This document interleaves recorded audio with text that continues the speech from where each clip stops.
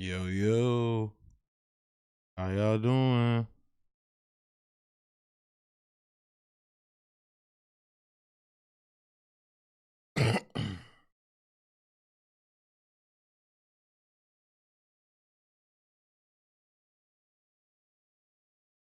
How y'all doing?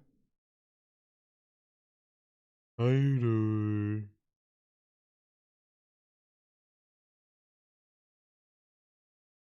Told y'all I was gonna be here on Monday. I know it's late. Feeling a little bit under the weather today. I gotta start taking more vitamins, honestly, because I've been getting sick a lot. So, uh, recently had a stomach viral thing going on. Not pretty at all. Now I got like a little cold going. My little cousin was sick, so he gave me that. It's like I just keep getting sick back to back, man. Freaking sucks. All for a while. Like I went a long time before getting sick. So by the way, I'm thinking about, I don't know how I'm gonna do this. I might try and chop the like because honestly I'm gonna try to do the live streams earlier. But yeah, I'm gonna try and do the live streams earlier. So like I'll do the live stream and like, if I'm still feeling up to it, I'll chop it up later. So I'm honestly gonna do this live stream today and chop up, the segments and drop them probably on Wednesday. I don't know yet if I'm going to do a live stream Wednesday. I may not do a live stream on Wednesday, but I'm definitely going to do one on Friday. So, unless plans change, things change because it is the holidays. But so far, I have planned to do a stream on Friday. So definitely stay tuned for that. But yeah, but I was just feeling under the weather today. Feeling sick and everything. Not too bad though. Like I said, I'm here to do the show today. So I'm not doing too bad. I'll tough it out. Just gonna give it a couple minutes. I'm probably gonna start at like I'll give it another couple minutes before I start going into the stories.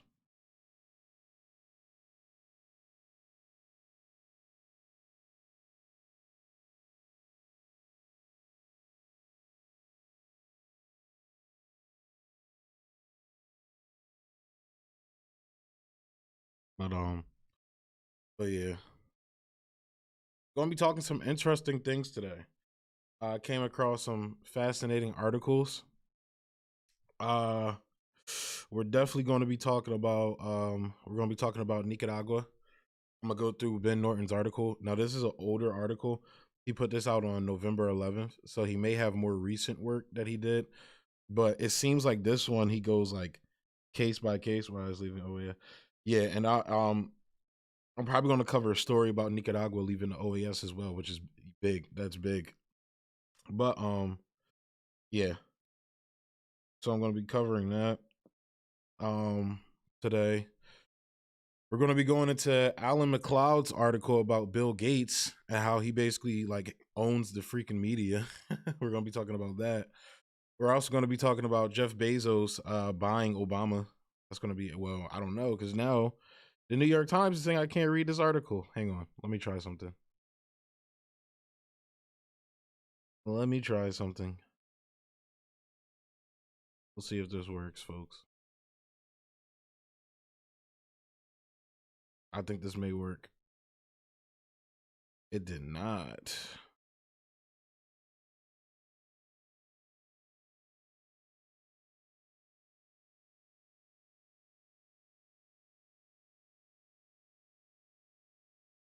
One second, guys.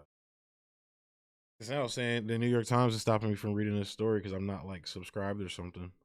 But we'll figure this out. I'm about to figure it out right now.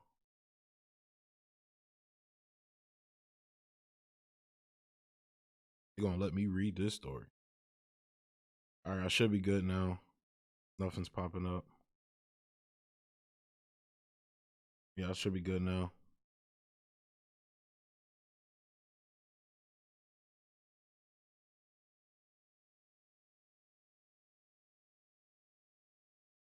Yep. I'm good. I'm good. So yeah, we're gonna be covering how Jeff Bezos has bought Obama, and we're gonna be talking about this FDA This article about from Reuters, and I know I'm surprised Reuters is even talking about this, but um, FDA wants 55 years to process Freedom of Information Act request over vaccine data. So we're going to be talking about that, and yeah, it's going to be an interesting story today. But before we get into the stories, I'm just gonna babble a little bit and talk some, well, not nonsense. I don't think what I talk is nonsense, but uh, when I'm not talking about politics. But uh yeah. Besides being sick today though, like I slept a lot. Currently, uh like I don't know, just feeling, like I said, like coming off of one sickness, with the whole like, the viral infection I was talking about to now like with this cold, it just sucks, man. I just feel like I'm getting slammed. I feel like this is like, because it's been a while since I've been sick, honestly, for real, for real. It's been a while. Like there was like literally one time at work, like I was just physically exhausted because the job I was working, they had me working like 14, 15 hours a shift. So I was just like that, like it wasn't like sick. It was just like exhaustion, man. But like I'm physically like sick lately. It sucks. I don't like being sick. I hate the feeling of being sick. And then for my other YouTube channels, I had some podcasts set up. I was about to have my homie Millie over for my 42 podcast on my New Wave Studios channel. Again, check that link out down below. I actually got the QR code that's down below there in the corner. Click that if you guys want to go check that channel out. I do more like, just looser content, not a lot of politics on there, more so music, pop culture, things like that, what's going on in like the, pop culture news and everything. So that's what I talk about there. But yeah, so I couldn't do that.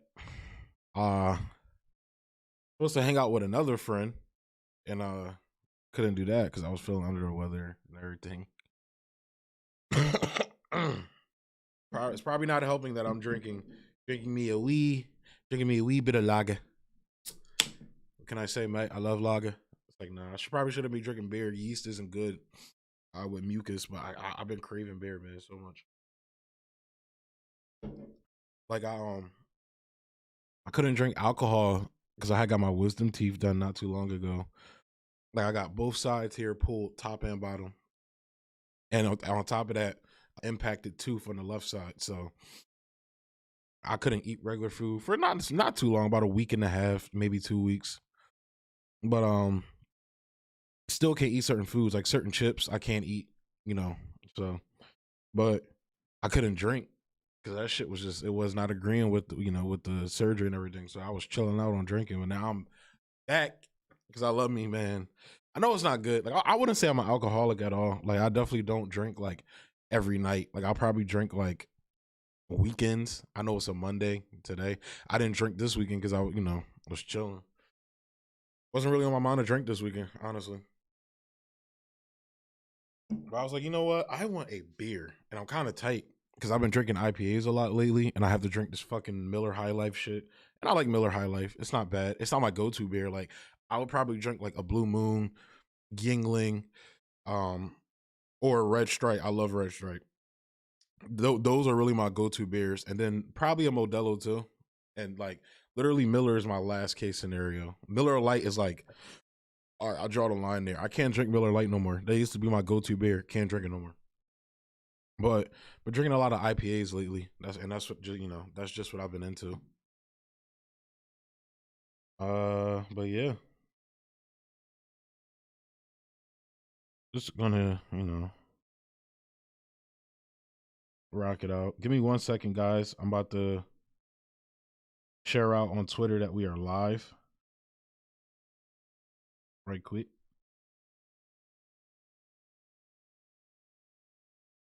All right, but the audio is good. Let me see.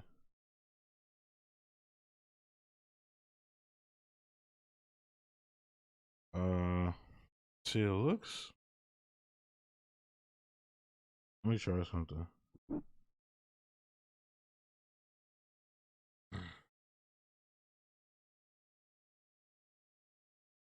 Hmm.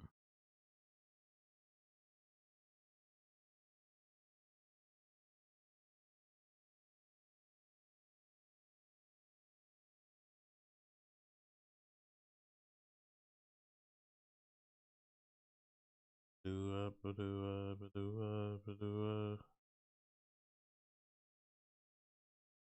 about to start here in a minute, guys. Just give me a second.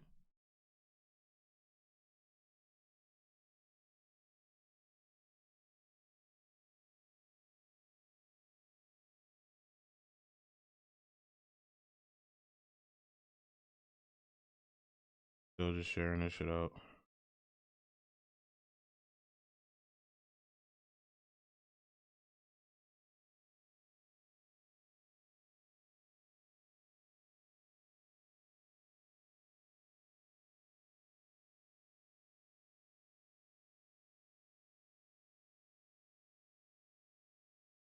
And I'm gonna get into the hang of like starting to doing the stream earlier.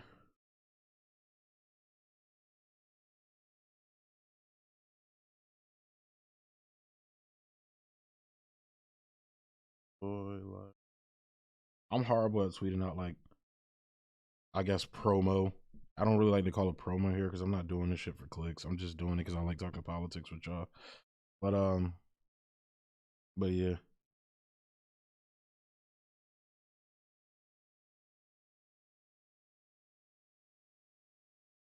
I'm gonna have to have my homie Tone on. That's like that's like my best friend. This motherfucker. He usually don't like talking about politics, but you know, obviously with all the Kyle Rittenhouse stuff going on, that's just been all that's, you know, that people are talking about. I think I might have him on Talk soon so we can talk about some things. Because we definitely have agreements, but we also have definite disagreements on shit. I just think it would be a fascinating conversation.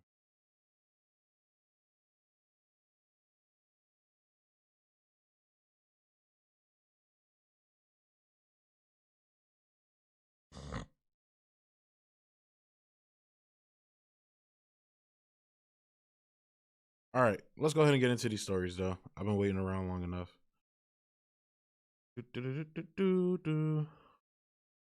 By the way, don't forget to comment. Let me know y'all in here. Show love. Show love to the boy. Let me know y'all in here. Here.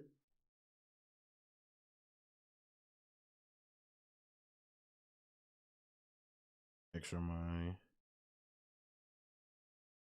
All right. Let's go ahead and. Oh, ew, that was disgusting. Let's go ahead and get into these articles. So, as a lot of y'all know, Nicaragua recently had its elections. And it was very fascinating. So it wasn't something I was following too heavy, but it just reminded me a lot of what happened around Venezuela and their elections, like how the United States just offered before the elections, during the elections, and then of course after the elections. They were saying, oh, it's fraudulent, this, that, and the third. It's an authoritarian dictatorship. They jailed the opposition, so it wasn't fair, free elections. They did the same thing with Bashar al-Assad. They did the same thing in Iran. Venezuela, as I mentioned as well, it's a constant talking point as well when it comes to China too. Yeah, so it's just, you know, it's crazy how the mainstream media can report about things when they're not even there on the ground. So you already know this is the gray zone. Ben Norton was actually there on the ground to report about these things, as well as the convo couch was there as well. Caleb Maupin was there. I love Caleb, man. Caleb is dope. We actually share a name as well, so that's kind of cool too. But yeah, so there's a lot of other people there on the ground, and I might do some reactions to the convo couches work, because I love like super pro convo couch here, man. I love convo couch. So I might do a couple reactions to their videos, but for now we're gonna go through this Ben Norton article. So let's get into it. Debunking myths about Nicaragua's 2021 elections under attack by USA, European Union, and the Organization of American States. The U.S., European Union, and OAS are launching a new coup attempt against Nicaragua's Sandinista government, refusing to recognize its 2021 elections. The Gray Zone observed the vote on the ground and dispels myths aimed at discrediting the process. This is from Managua, Nicaragua. Millions of Nicaraguans went to the polls on November 7th, 2021, re-electing the leftist Sandinista Front and President Daniel Ortega by a large margin. The Joe Biden administration refused to recognize the results. However, The United States and its allies in the European Union and the Organization of American States have insisted or have instead launched what essentially amounts to a new coup attempt against Nicaragua's Sandinista government. On November 10th, President Biden signed the Reanacer Act, I think that's how you say that, which will impose more crushing sanctions on Nicaragua. Washington's escalating campaign of economic war was supplemented by the OAS's claim that the election was illegitimate. Now, I did see a couple of Convo Cultures videos. A lot of these Latin American countries have way better election systems than we do. And this is what's crazy because, since Trump lost in 2020, you hear, a lot of his supporters and even some leftists, Convo Cultures out there. You already know Johnny from Convo Cultures out there. Was talking about this as well. So I definitely think there's credible arguments there. And I think I do think Convo Couch, Johnny, Fiorella, Pasta, they're actually proposing ideas, which is why they're going down to these countries and watching their elections because they have very strong, good elections. However, it's crazy. Literally when I tell people the things I learned from Convo Couch about elections in these Latin American countries, they say the same 50s Cold War propaganda bullshit. These countries don't have elections. They're ruled by dictators. They jail oppositions, blase, blah, blah, blah, blah, this, that, and the third going on and forth. So when you actually bring up, solutions for countries, they shit on these countries, especially countries, it's a very Western ideology to view countries other than the United States or any European countries as lesser than. That's why you hear a lot of American leftists, whenever they're talking about socialism or communism, they only bring up, the fucking imperialist Scandinavian countries, which there are some good examples to bring up about them, but it's also better to bring up these countries where it's the social programs that these people are putting forward is not based and rooted in imperialism as in the global South. And specifically, I would say Latin America is a perfect example of that. But it's so much muddied waters around that you got a lot of American leftists that's afraid to bring that up. But that's a whole nother conversation. But the point I'm bringing up is if you're really for election integrity, if you're really for securing our elections, then it's not just about driver's licenses are definitely a good step. Definitely agree with that. They require that in Nicaragua, they require that in Venezuela, they require it in these Latin American countries. But so that's definitely a good first step. However, just going around, they have fingerprinting down there. And now there's some methods that Americans here would say is invasive upon their privacy. Which I don't, you can have a debate about that, but basically the point I'm making is these are legit solutions, but it's always the arguments about these countries being dictators. So you see the cognitive dissonance with, Trumpers and conservatives that, there's things that I agree with them on, imperialism and, opinions on these other countries, when it comes to countries that are demonized by the United States, when it goes, just from everything to the organization of their economies, to their election systems, just everything, their culture, just everything. It's the same shit that Democrats say, but the Democrats and leftists, mask their bullshit in this humanitarian aid type thing where it's more like the patriotism shit with conservatives and everything. So, but Convo Couch, they are doing amazing work and they're actually, putting forth the effort to show legit solutions. You feel me? So the campaign of hybrid warfare aimed at overthrowing Nicaragua's Sandinista government has many parallels with the ongoing U.S. coup attempts against Venezuela and Cuba, as well as the military putsch the OAS oversaw against Bolivia's elected socialist president Evo Morales in 2019. Indeed, it involves many of the same tactics and players. I should have brought up Bolivia too. That's another great example.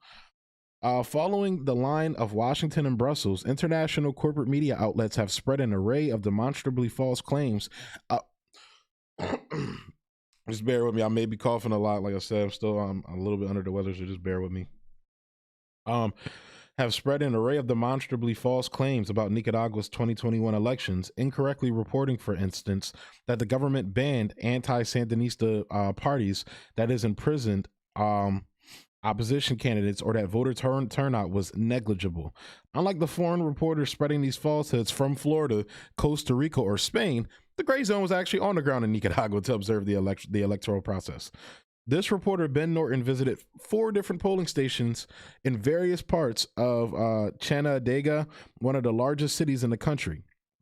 There, I spoke to more than a dozen average voters to hear their experiences and get their perspectives on the election. Everyone I interviewed said the process was clean, fair, and transparent, and that they were able to vote without any difficulties. Now, this is his tweets, their videos, and everything. You could go watch those.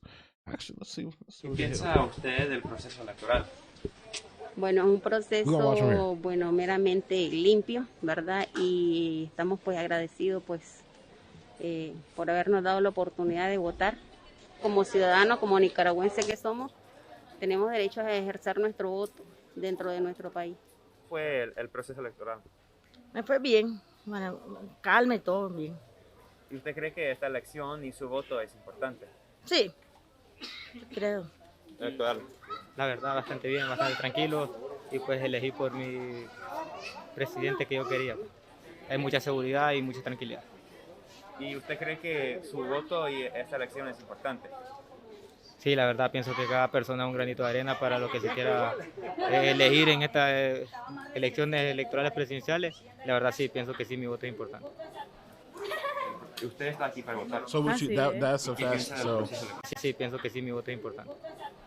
So there you saw them show they have to do their fingerprints when they go get their fucking vote. So like I said, they have a very good election system in Nicaragua from what I've seen. ¿Usted está aquí para votar? Así es. ¿Y qué piensa del proceso electoral? Bueno, pues todo, gracias a Dios, bien. Todo el mundo ejerciendo su derecho al voto. Pues aquí prácticamente pues todo está marchando bien. Está bien, gracias a Dios está bien. Tranquilamente pasamos a la urna sin novedad alguna. ¿Y por qué votó hoy? O sea, me gusta votar cívicamente, tranquilamente votar. ¿Y usted cree que esta elección y su voto es importante? Ah, claro que sí. Me voto por mi conveniencia, oiga. ¿Y Again, usted, showing their thumbs lo where they had to mismo, do their ¿por qué votó fingerprinting. hoy? Bueno, mi voto es porque somos ciudadanos, ¿verdad? Y creo que todo nicaragüense en sus elecciones tiene su derecho al voto, ¿verdad? Y todo está en tranquilidad, en sana paz. Lo más importante que es la amabilidad que hay, sin ningún problema de partido ni todos vamos en el derecho del voto nada más. ¿Y cómo fue su experiencia hoy? Muy buena. Aunque estamos enfermos de salud, pobres, pero aquí estamos, ejerciendo nuestro voto como todos ciudadanos. Again, El proceso showing their electoral. fingerprints. Bueno, fue excelente porque todo pues fue tranquilo y no hay problema, pues todo fue voluntario. So yeah, there's also videos similar to that the Convo Couch did as well. You can definitely go check their channels out. So let's go ahead and get into it. So Myth, the opposition was barred from participating in Nicaragua's 2021 elections. Although its correspondent, Natalie Kidaroff, was reporting from Mexico, not Nicaragua, the New York Times leveled several baseless accusations against the Sandinista government in an attempt to discredit its electoral victory. Among the most absurd of these claims is that Nicaragua prevented opposition parties from participating in closed voting stations. This is simply false. There were a total of seven different alliances participating in Nicaragua's 2021 elections. 5 national opposition parties, all of which were right-wing, another regional opposition party on the Caribbean coast, and finally the leftist Sandinista Front-led alliance, which itself consists of 9 parties. The following parties competed in the November 7th elections. The national opposition parties.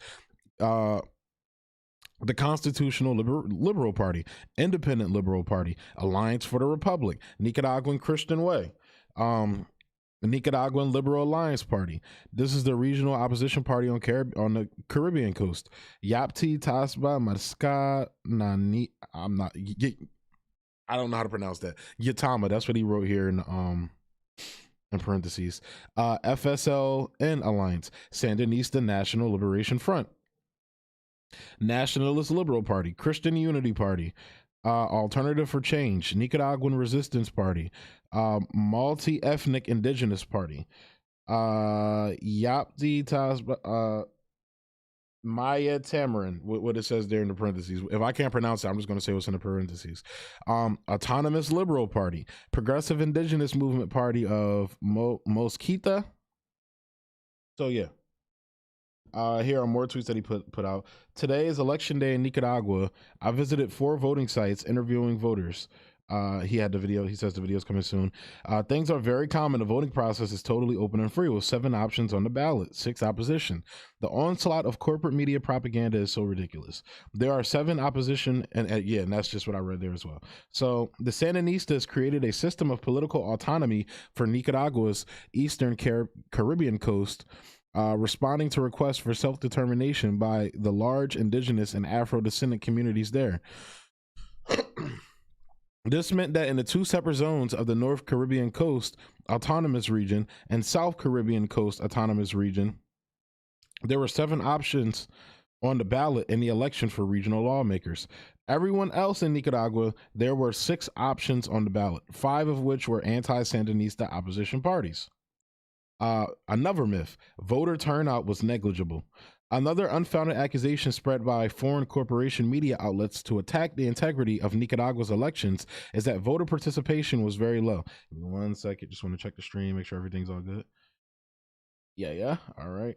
Sorry about that, folks. According to official results from Nicaragua's Supreme Electoral Council, the Sandinista Front won 75.87% of the total vote of 2,921,430 votes, with 65.26% voter turnout. The main opposition party, the PLC, got 14.33%.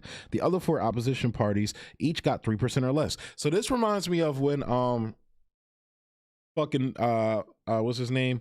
Bashir al-Assad won like 90-something% of the vote. And even with them, so like in the where a lot of the Syrian people fled to like European countries and things like that, and basically Western countries, a lot of those countries closed down the Syrian embassies there so the people couldn't go in and vote. Isn't that nuts? And they're talking about other countries, blocking people from voting. But the point that I'm making is, even with that, he won 90% of the vote. Bashir al-Assad won 90% of the vote, and they're trying to say that that's fraudulent. But the thing I like to bring up, because I feel like these cases are very similar, even though there's active warfare, this active push to overthrow Syria's government, where it's there in Nicaragua as well. But and it's a historical context behind that as well too. But you don't win 90% of the vote if you're like this brutal dictator like they make him out to be. If he's as horrible to his people as they say he is, he wouldn't be first of all, he wouldn't still be in power. First things first. He has all of these people surrounding him, going against him. People ISIS and Al-Qaeda elements funded by the United States and Western governments as well.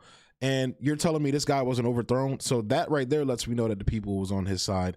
And you can clearly see that here, because the people, regardless of whether you agree with Daniel or, with what the Sandinistas are doing, like, it's up to the Nicaraguan people to determine what they want for themselves. It's not for America to butt in and basically, bitch about them showing their voices and choosing this guy. And from what I've seen, whether it's Venezuela, whether it's Nicaragua, whether it's Cuba, these countries provide for their people. I know, some people find that crazy to say, but it's just the truth. They provide for their people. They do right by their people to the best of their abilities. Now, there are some limitations in these countries because of the sanctions that are against them. But that's not a conversation that people want to have. So let's continue on with the article. The main opposition party, the PLC, got 14.33% of the vote. The other 4 opposition parties each got 3% or less. Western governments sought to discredit these.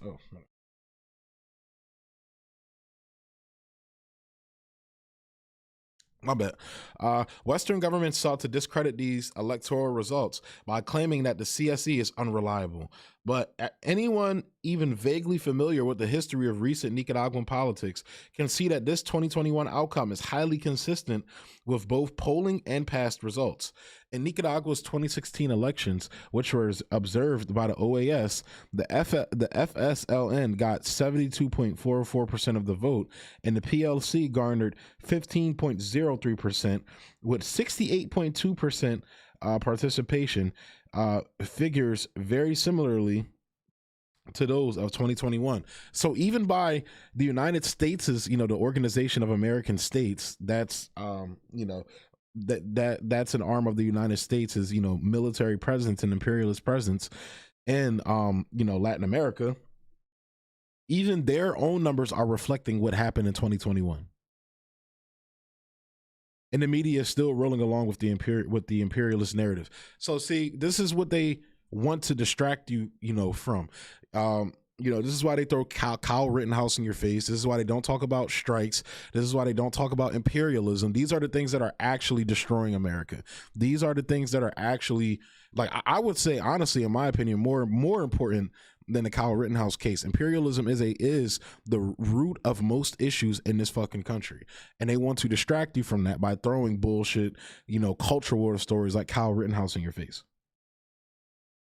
In Nicaragua, I said that already, and in the 2011 elections, which were monitored by the Carter Center. So the Carter Center is President Jimmy Carter's like little thing that he does to monitor elections and everything. Monitored by the Carter Center, European Union, and OAS, the Sandinista Front won 62.46% of the vote. Moreover, the results in the 2021 elections are unsurprising when one considers the months of opinion polling before the vote.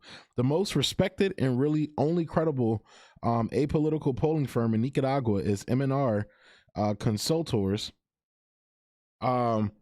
The CID Gallup did an extremely inaccurate study on behalf of the right-wing opposition, which was plagued with problems and heavily criticized for its bad methodology. In the lead up to the November 7th vote, MNR Consultors surveys consistently found that 60 to 70% of Nicaraguans supported the Sandinista Front and the government of President Ortega. And this is more tweets he puts up. The latest poll from Nicaragua's top firm, shows the leftist Sandinista Front remains by far the most popular force, while support for the right-wing opposition is tiny. 69% approve of President Ortega's government. That's a supermajority in the United States. 72% say it gives them hope. 76% feel the country has progressed. 61% of Nicaraguans say the country is better with a leftist Sandinista government. Just 4% strongly sympathize with the right-wing opposition. The U.S. government-backed opposition groups, which have millions of dollars in foreign funding, can't even get 1% support from the population. Probably because they're in bed with a country that wants to rape the country and usurp the country of their natural resources and leave the people with nothing. Maybe that's why they have such low support. It's almost as if Nicaraguans don't like neo-colonialism and imperialism. Almost as if. When considering these polls in combination with past elections, the 2021 results appear utterly unsurprising, but the cold hard data did not interrupt the wave of disinformation flowing from corporate media across the world. Several major news outlets published the dubious claim that only 18.5% of Nicaraguans participated in the vote. In each case, the source was a shady, little-known organization called Ernest Abiartes, which appears to have fabricated the figure out of whole cloth. Indeed, Ernest Abiartes has not published any raw data publicly and scarcely exists as an organization. Ernest, I'm just going to call it UA. UA calls itself a citizen observatory, but has no technical credentials to speak of. Its official website and social media pages contain no concrete information about the group and do not even disclose the identities of its staff members. The report it published after the election is totally anonymous and is just 4 pages long in both Spanish and English. The document does not include any of the raw data it supposedly collected. It vaguely describes its methodology in two brief paragraphs without identifying any of the people who purported to run a massive secret monitoring operation. The organization's previous reports are also anonymous, not naming any authors or researchers, and once again, do not contain any raw data or detailed information about methodology. It's almost as if they're basically the American mainstream media. Wow. This sounds exactly like the Western mainstream media's reporting of Russiagate. Sounds exactly like that. Moreover, the logos at the bottom of these pages, at the bottom of these past reports show that UA collaborates with a series of right-wing opposition groups in Nicaragua that were funded by CIA cutouts. In fact, only 2 have publicly identified with this shadowy organization, and both are partisan right-wing activists who work in the Western government-funded nonprofit industrial complex without any technical background or experience in election monitoring. The man most closely linked to UA is Pedro Salvador Fonseca Herrera, an anti-Sandinista activist sponsored by the European Commission. A clear conflict of interest given the EU's refusal to recognize the election and its role in openly funding and supporting the extremist opposition in Nicaragua. So here you have Ben Norton going around, you have Convo Couch going around, you have Caleb Maupin going around, all these different journalists that's there going around talking to actual Nicaraguans on the ground, and here you have basically the what is it called, the Western narrative about the elections. So they're, these journalists are getting their narratives from Nicaraguans and how the Nicaraguans feel, and also pulling data from the United States' own shit that contradicts what they're saying now.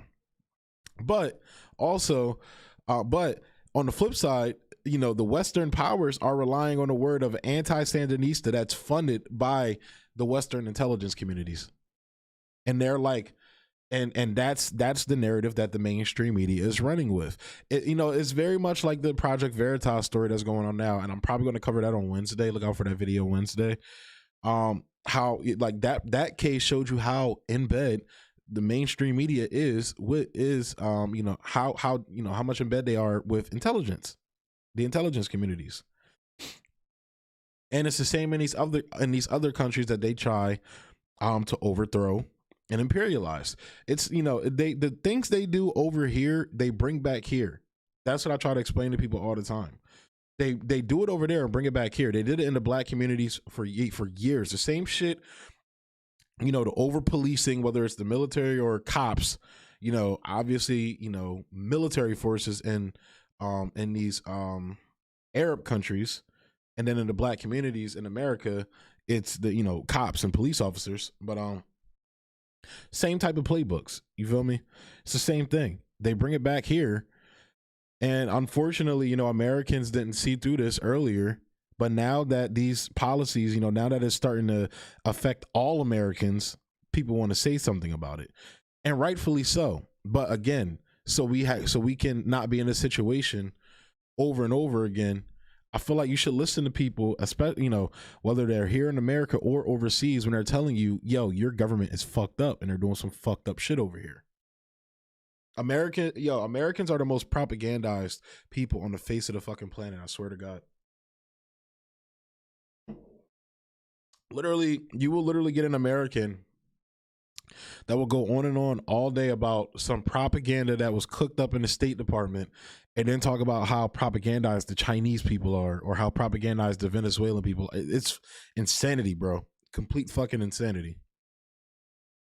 So continuing, a clear conflict of interest given the EU's refusal to recognize the election and its role in openly funding and supporting the extremist opposition in Nicaragua. Fonseca Herrera previously worked in Washington, D.C. as a consultant for the Organization of American States in 2017 and 2018 during the violent OAS-backed coup attempt in Nicaragua.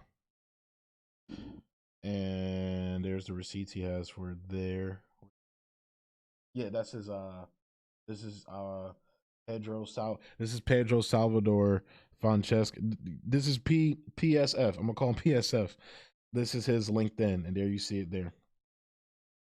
Before that, Herrera organized with the regime change lobby group TECO, which also happens to be the former employer of the only other known person associated with Ernest Abiertes, Olga Valle Lopez.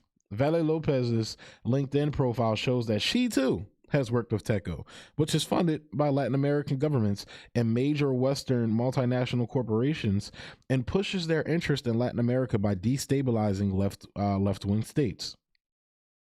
Fonseca Herrera and Valle Lopez were identified as researchers with UA in an event in October organized by the U.S. government-funded Wilson Center and the International Institute for Democracy and Electoral Assistance, a Western state-backed lobby group. The event, a panel discussion titled Nicaragua 2021 Elections, a Painful Plan to End with Democracy, did not even pretend to be impartial. It implicitly aimed to discredit the country's vote weeks before it even took place. The host from International IDEA referred to the forthcoming vote as an electoral farce. Fonseca Herrera and Valle Lopez spoke alongside U.S. government-funded right-wing Nicaraguan and Venezuelan opposition figures, and their inflammatory comments made it extremely clear that these two anti-Sandinista activists are political operatives, not impartial electoral observers. They had already established their conclusion that Nicaragua's election was supposedly illegitimate weeks before it even took place. The panel discussion was, in fact, the presentation of a report of the same name that UA published in joint effort sponsored by International IDEA and Venezuelan right-wing activists at the Universidad Católica Andrés Bello, or UCAP.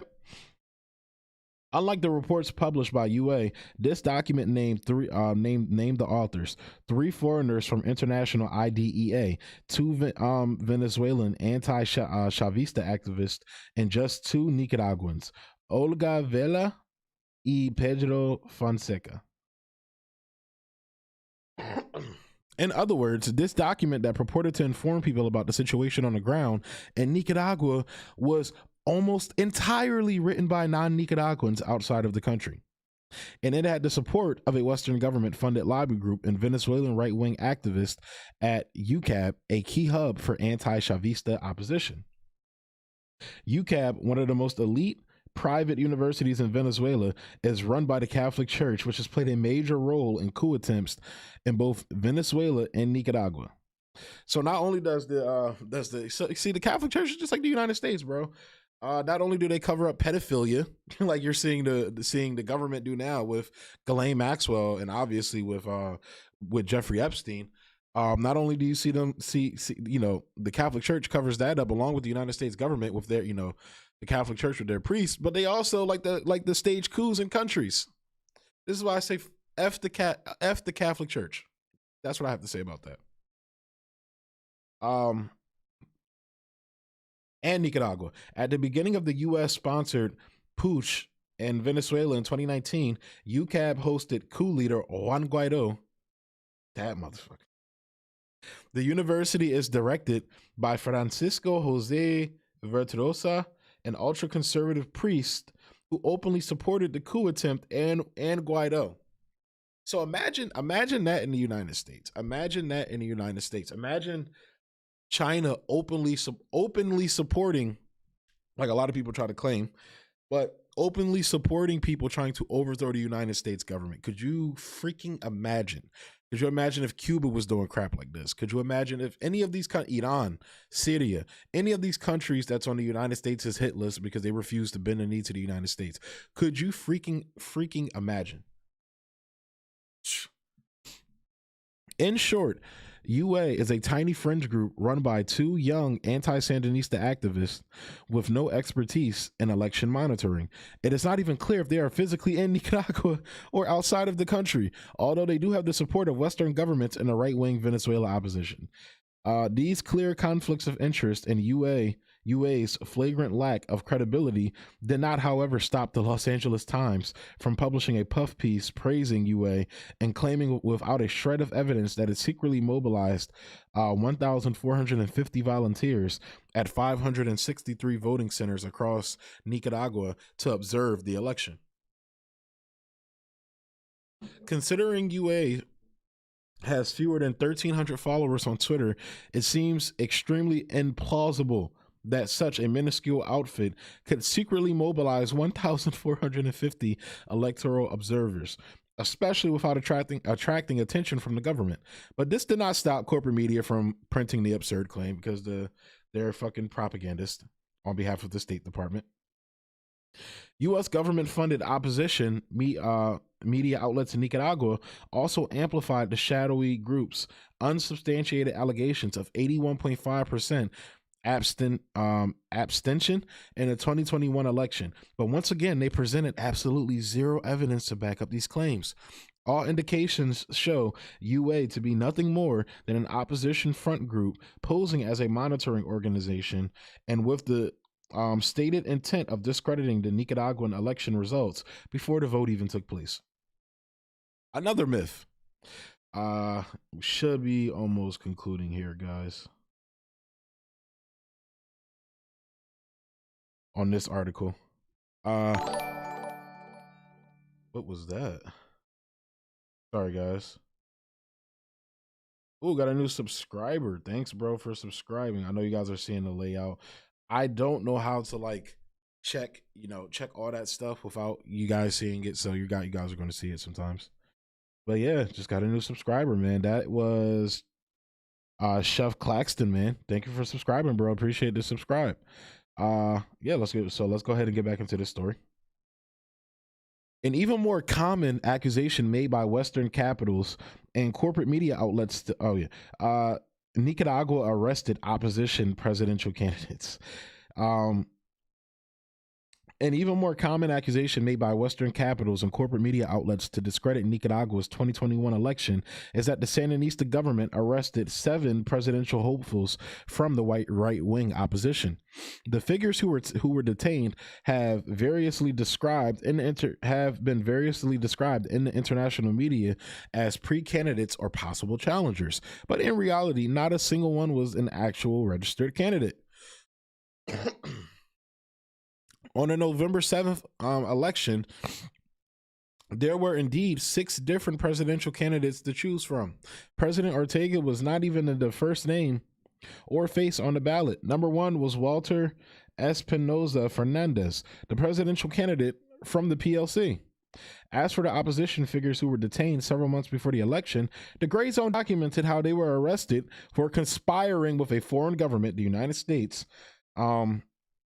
taking millions of dollars from Washington in a large money laundering scheme to organize a violent coup in 2018, in which hundreds of Nicaraguans were killed and the country was destabilized, and in which right-wing extremists hunted down, tortured, and murdered Sandinista activists, and state security forces even setting some on fire. That's wild. I remember all that going down when they were covering that. That was back in my early days of reading the Gray Zone.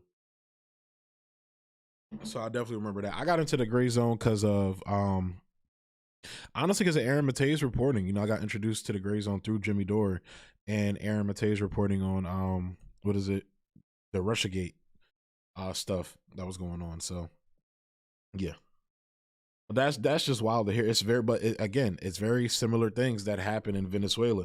I was following a lot of Abby Martin's reporting in Venezuela and her showing, these organized elements in Venezuela trying to overthrow the democratically elected government. So And again, you see the same thing in Syria.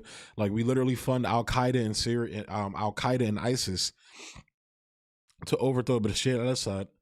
And you know, you see the same thing in China with the Hong Kong protest. You see the same thing in Russia with what's his name? The Russian guy they fucking cock ride all the time. Navalny, Alexei Navalny. You see that there. Some even describe him as like the Russian Juan Guaido. So yeah, you see it happening all over the place, man.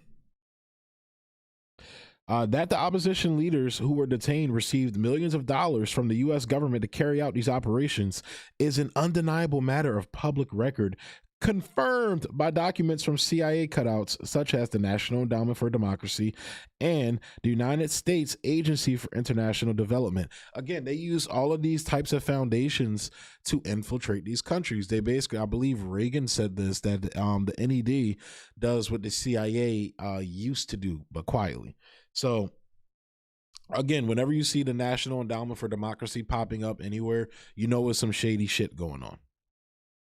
In any other country on earth, these figures would have faced similar, if not more severe legal consequences. Again, you know, they were trying to throw the book at a bunch of morons for storming the Capitol, which honestly, look, I don't agree with why those people stormed the Capitol, but like y'all saw my coverage on it. It was just so beautiful to see that guy's feet kicked up on Nancy Pelosi's desk. A guy that she probably despises. She sees him as like a pleb, somebody who's beneath her. Like, just all of these negative things she probably thinks about this guy. To see him with his feet kicked up on her desk was such a beautiful thing. The only thing I wish somebody would have done was stole some files from her desk and exposed that old ass bitch. But again, like I said, a lot of these people that stormed the Capitol were fucking morons. You're storming the fucking Capitol for Donald Trump, of all fucking people. Somebody who took all that energy and channeled it back into the fucking establishment oligarch club. But regardless.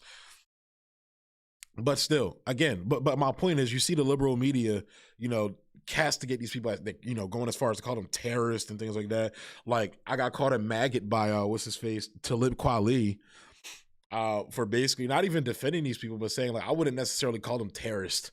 Like, yo, if you're going to call them terrorists, then you got to call the people that were rioting at the BLM protest terrorists as well. Not the protesters, not the peaceful protesters. People like Rosenbaum, that Kyle Rittenhouse shot. People like that. Agitators who were doing nothing for the movement. Somebody who was saying, excuse my language, a white guy who was screaming at people with guns, shoot me, nigga, a white guy.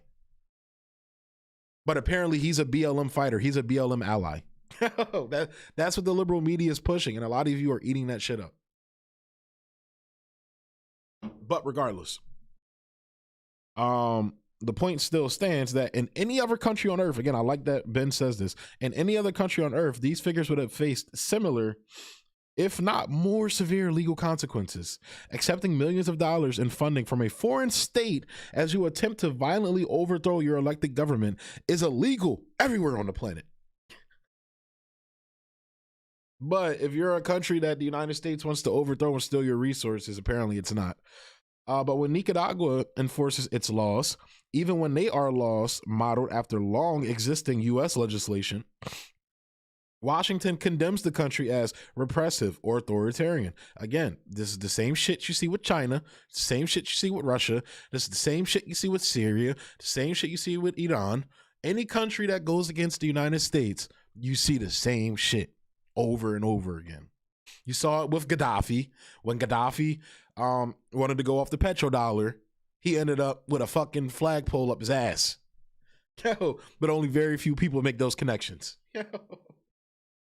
Upset the established order, as the Joker said. Upset the established order, and you will get a flagpole up your ass. Joker did not say it that way. I'm saying it that way. But again, like, this is the rules-based order that the United States is talking about. It's, hey, bend over and take this fucking, or we're going to bend you over and fuck you anyway, violently. That's literally what the United States is saying. So, and the fact that you get a lot of Americans that can't see through this, it's utterly ridiculous. I just saw the Vanguard you know, they were doing a critique video of Jackson Hinkle and things like that. And I'm not going to go into the drama because I'm not here to go into that drama. I like Jackson a lot. I like a lot of his work. Trying to get him on the show, so definitely tweet at him so he can come on the show. I even like some of the Vanguard's work, but the fact that in your critique of somebody, you know, regardless of you know, whether you agree with their critique or not, at the end they throw in like this like China dig, like you think China is this, you know, utopian workers paradise, blah blah blah, this, that, and the third. Bro, there are more millennials, kids, people my age. I'm 25 years old, so I'm assuming Gavin and the other guy are around my age as well. There are more people our age in China that own their own fucking houses. Wages are higher in China. Life expectancy is higher in China. Infant mortality is lower in China. Same thing in these other countries. Same thing in Cuba. By a lot of Western metrics, a lot of these countries they deem authoritarian or third world have better living standards than the United States. The reason why a lot of these countries are poor is because the United States purposely underdevelops them either through imperialism or sanctions, which is still basically imperialism. And I'm just going to go to the chat real quick, see what's going on here. This is, what's up, man? Arturo Mansur Hall. What's up, bro? What's goody? What's goody? But let's go ahead and continue this story. I just find it interesting. It's just like the blatant hypocrisy of the United States. And again, like a lot of this stuff, you know, Ben Norton is saying a lot of the same thing. Like he's going through line by line, just debunking. So that's why I like long articles like this. And I will admit it is hard for me to sit here and read through the article and everything.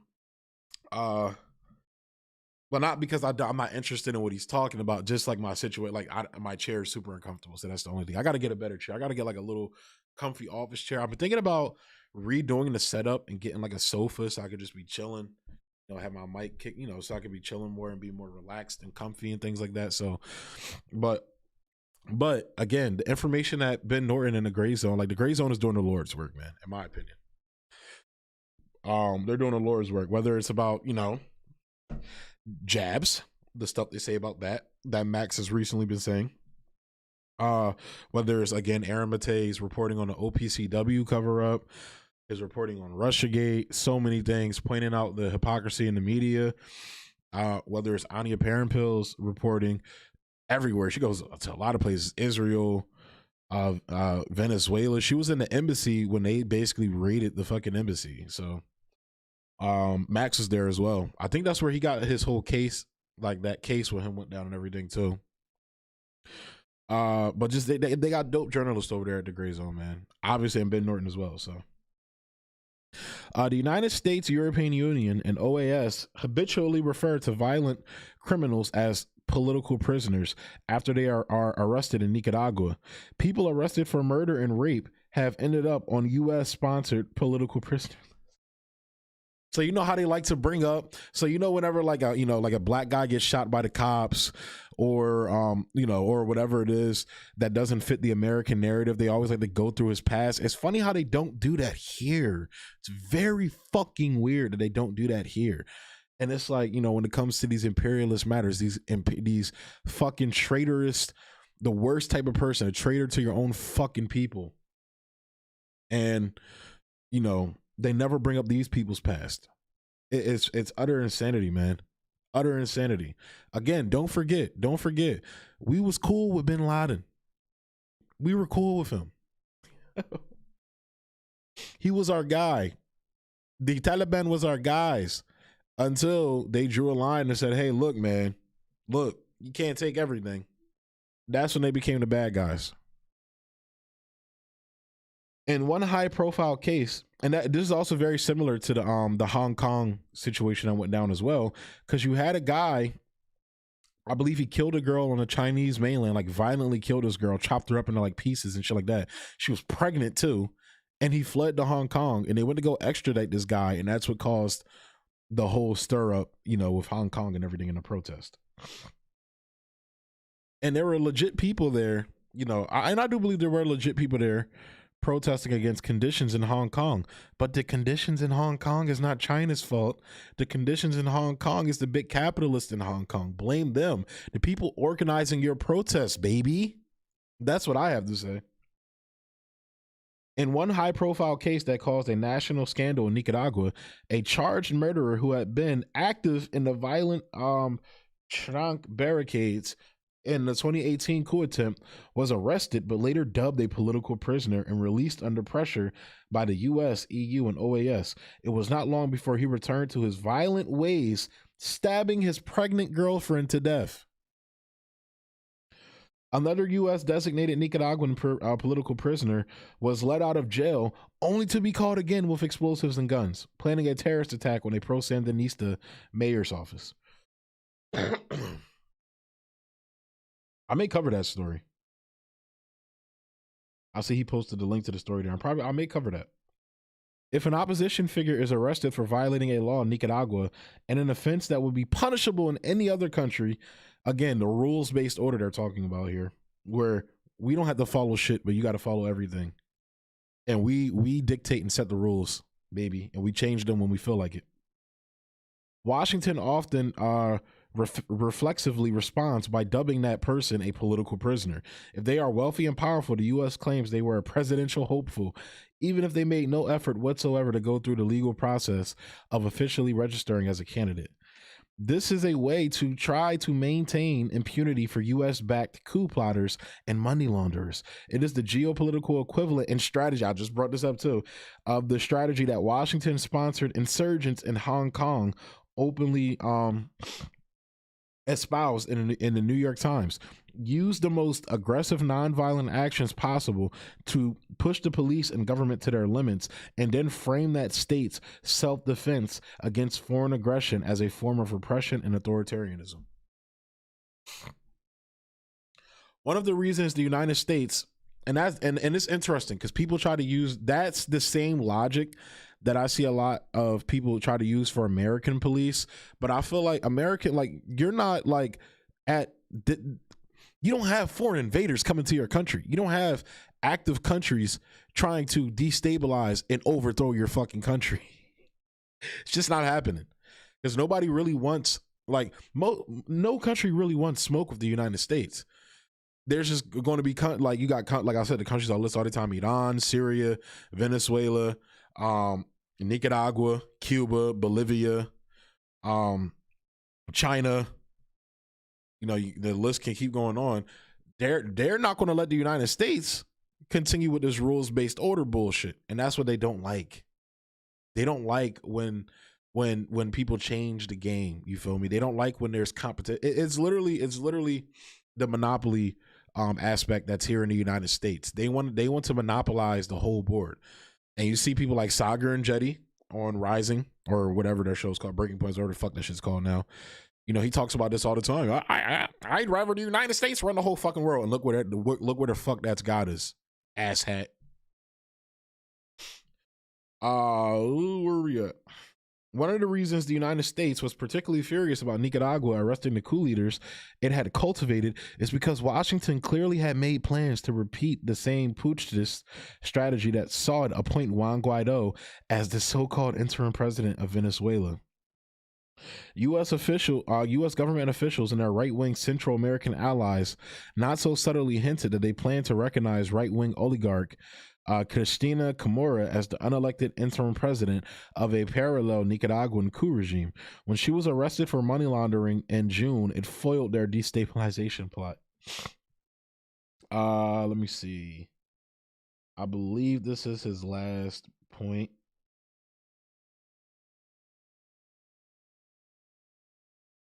Yeah, I'm just going to go into this last myth part because at the end of this article that he's going to go into is going to be a lot of what he's going to be covering in his other article. So I'm probably just going to go up to right here, Latin American left warns of U.S. OAS, because he recently just Daniel Ortega pulled out of the OAS. So I'm going to cover that in the article that Ben Norton wrote. So the last myth: there were no foreign electoral observers and journalists. Another myth spread by foreign media outlets is that there were no foreign observers and journalists in Nicaragua for its 2021 elections. This is yet another massive distortion. The Nicaraguan government did prevent the Organization of American States from sending observers, given the U.S. funded group's well-documented role in orchestrating a right-wing military coup in Bolivia in 2019. So yeah, they're saying we're not going to let you send in these electoral observers that assisted in overthrowing another fucking country. You tried to overthrow our own country in 2018. Yeah, no, fuck you. I don't see anything wrong with them doing that. The Nicaraguan government. Yeah, that's what I just wrote. Okay. But there were hundreds of foreigners accredited to accompany the elections from more than 24 countries, including the United States. And I'll list some of them from the United States. Obviously, Ben Norton himself, Caleb Maupin, Fiorella, Johnny Pasta from the Convo Couch, and more. I'm sure there were more, but those are just the people that I follow consistently. So the United States, Canada, Spain, France, Germany, Britain, Ireland, Italy, Belgium, China, Russia, Argentina, Peru, Puerto Rico, Dominican Republic, Colombia, Costa Rica, Guatemala, Honduras, Mexico, Uruguay, Venezuela, Cuba, Panama, Brazil, and Chile. So many people from so many different countries. In total, there were 232 foreigners accredited from 27 countries, 165 to accompany the election, and 67 as journalists. They monitored voting centers in all 10 departments of Nicaragua.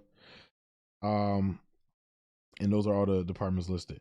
The Nicaraguan government chose to use the term acompañante, meaning someone who accompanies, to refer to those international monitors rather than observer, because of the history of so-called observers from the OAS and EU meddling in the country's internal electoral process on behalf of anti-Sandinista opposition. The final misleading charge spread by the New York Times and other corporate media outlets to delegitimize the 2021 elections is that Nicaragua barred parties from holding large public rallies. This is technically true, but not because of political reasons, but rather due to COVID-19 health restrictions. In fact, the Sandinista Front itself has not held an official rally since March 2020, before any cases were discovered in the country. Many foreign nations have imposed much harsher restrictions while banning protests and attacking demonstrators with no outrage from the self-declared international community. So, like I said, I'm gonna cover the rest of the article because he published a more recent article, I think like yesterday or 2 days ago, about Daniel Ortega pulling out of the OAS. So I'll probably cover that either on Wednesday or cover it for the live stream on Friday. I'll go into that. So, interesting article there, man. I'm gonna go ahead and take a break real quick, man. Throat's dry as hell. But definitely show love, you feel me? Share this joint to your peeps so they can come in here and hop in. I'm going to be going into Bill Gates next. I'm going into these Bill Gates and Jeff Bezos stories next because I feel like they're very interesting. Just going to take a quick break real quick, guys. So stay with me.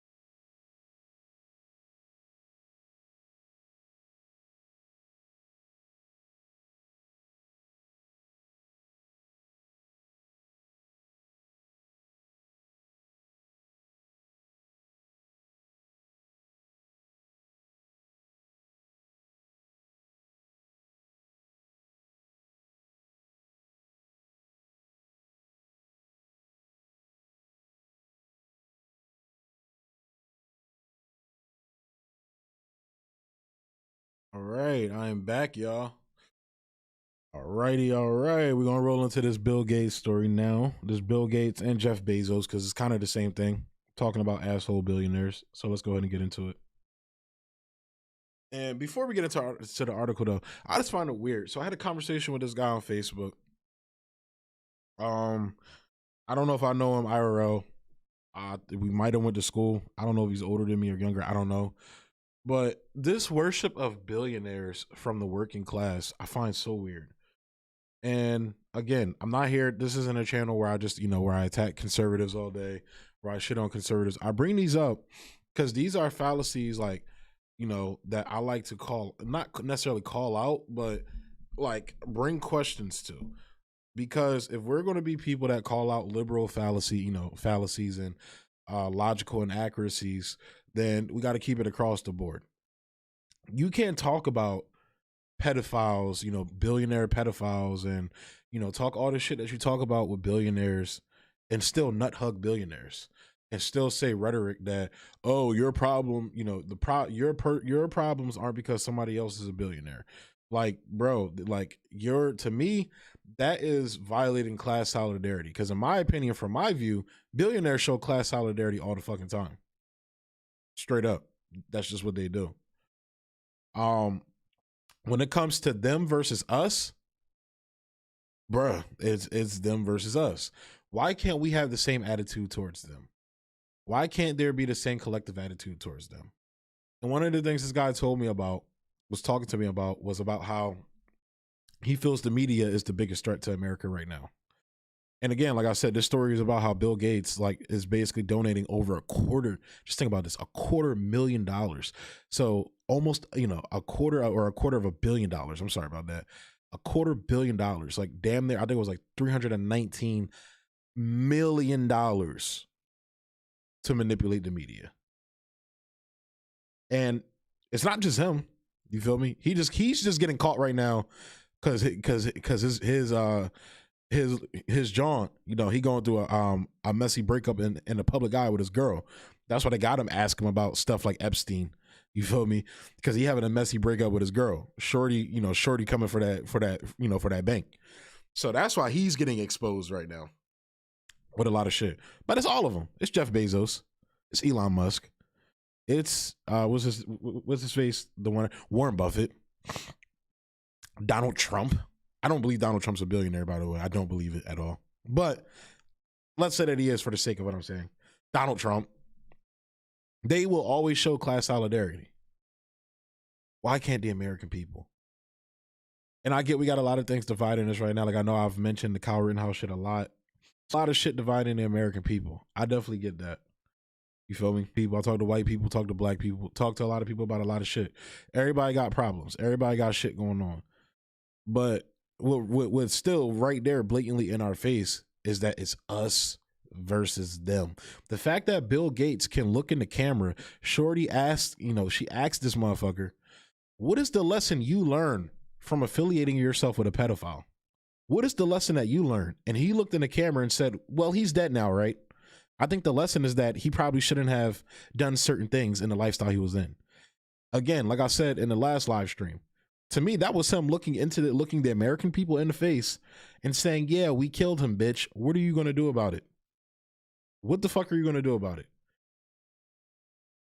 I own most of your medical care. People want to put on blinders when that's one of the things Franco talks about on his channel. I think he brought it up here as well.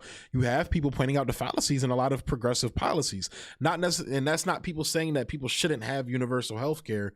But what they're pointing out is this is going to be a tool for the billionaires to further enslave us. That's one of a lot of the shit I'm saying.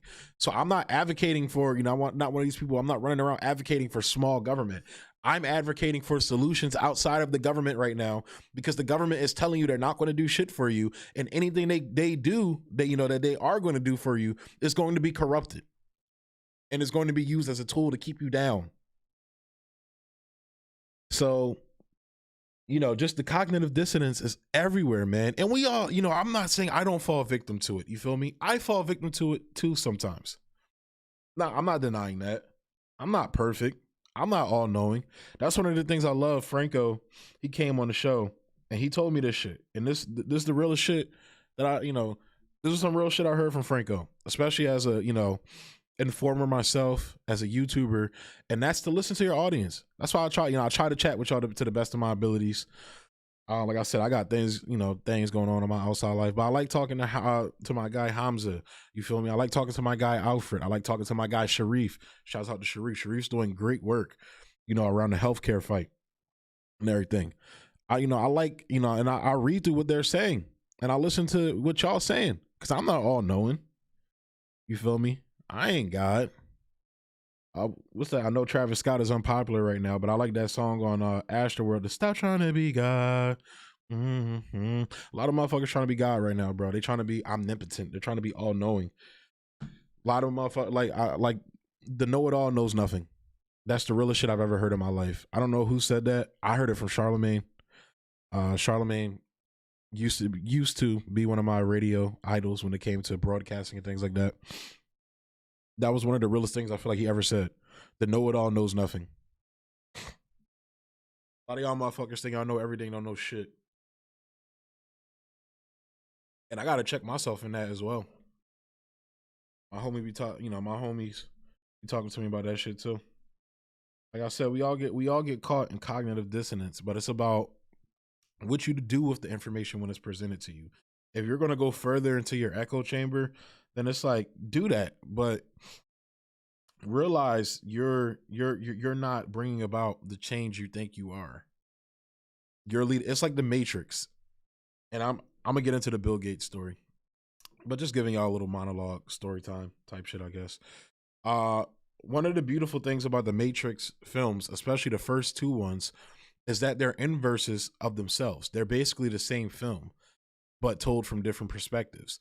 The perspective, or not two different perspectives, but it's the same story but inversed. So you have Morpheus waking Neo up to the quote unquote real world, showing him, the quote unquote truth. Neo, you're the one, only for Neo to find out in the second film that he's not the one. He's the sixth.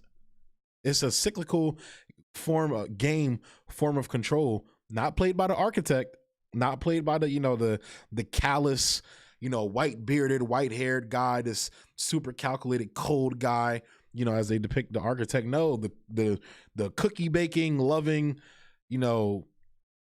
old black woman, motherly feel, and the Oracle. That was the Oracle's game. She was the one that told Morpheus the prophecy.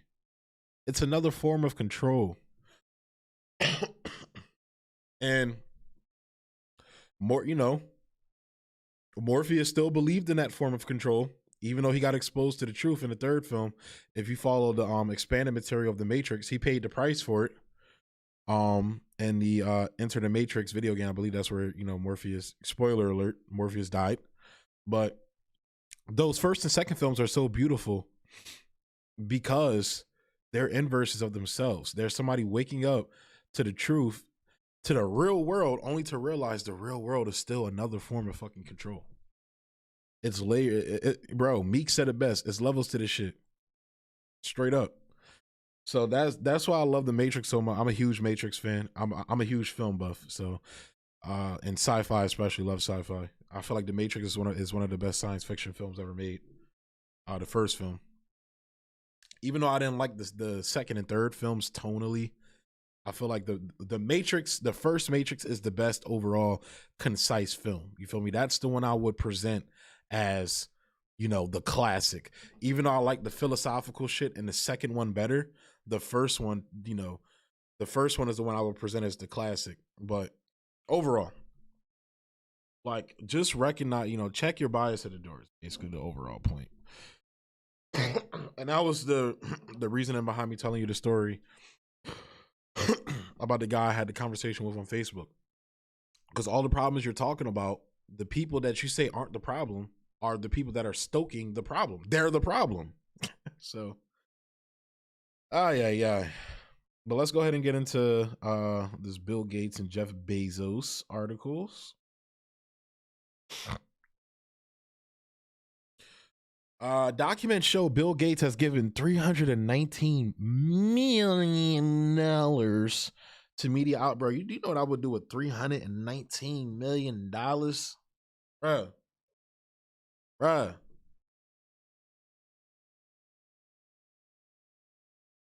Bruh. You can literally wipe your ass with $1 million and still have $318 million.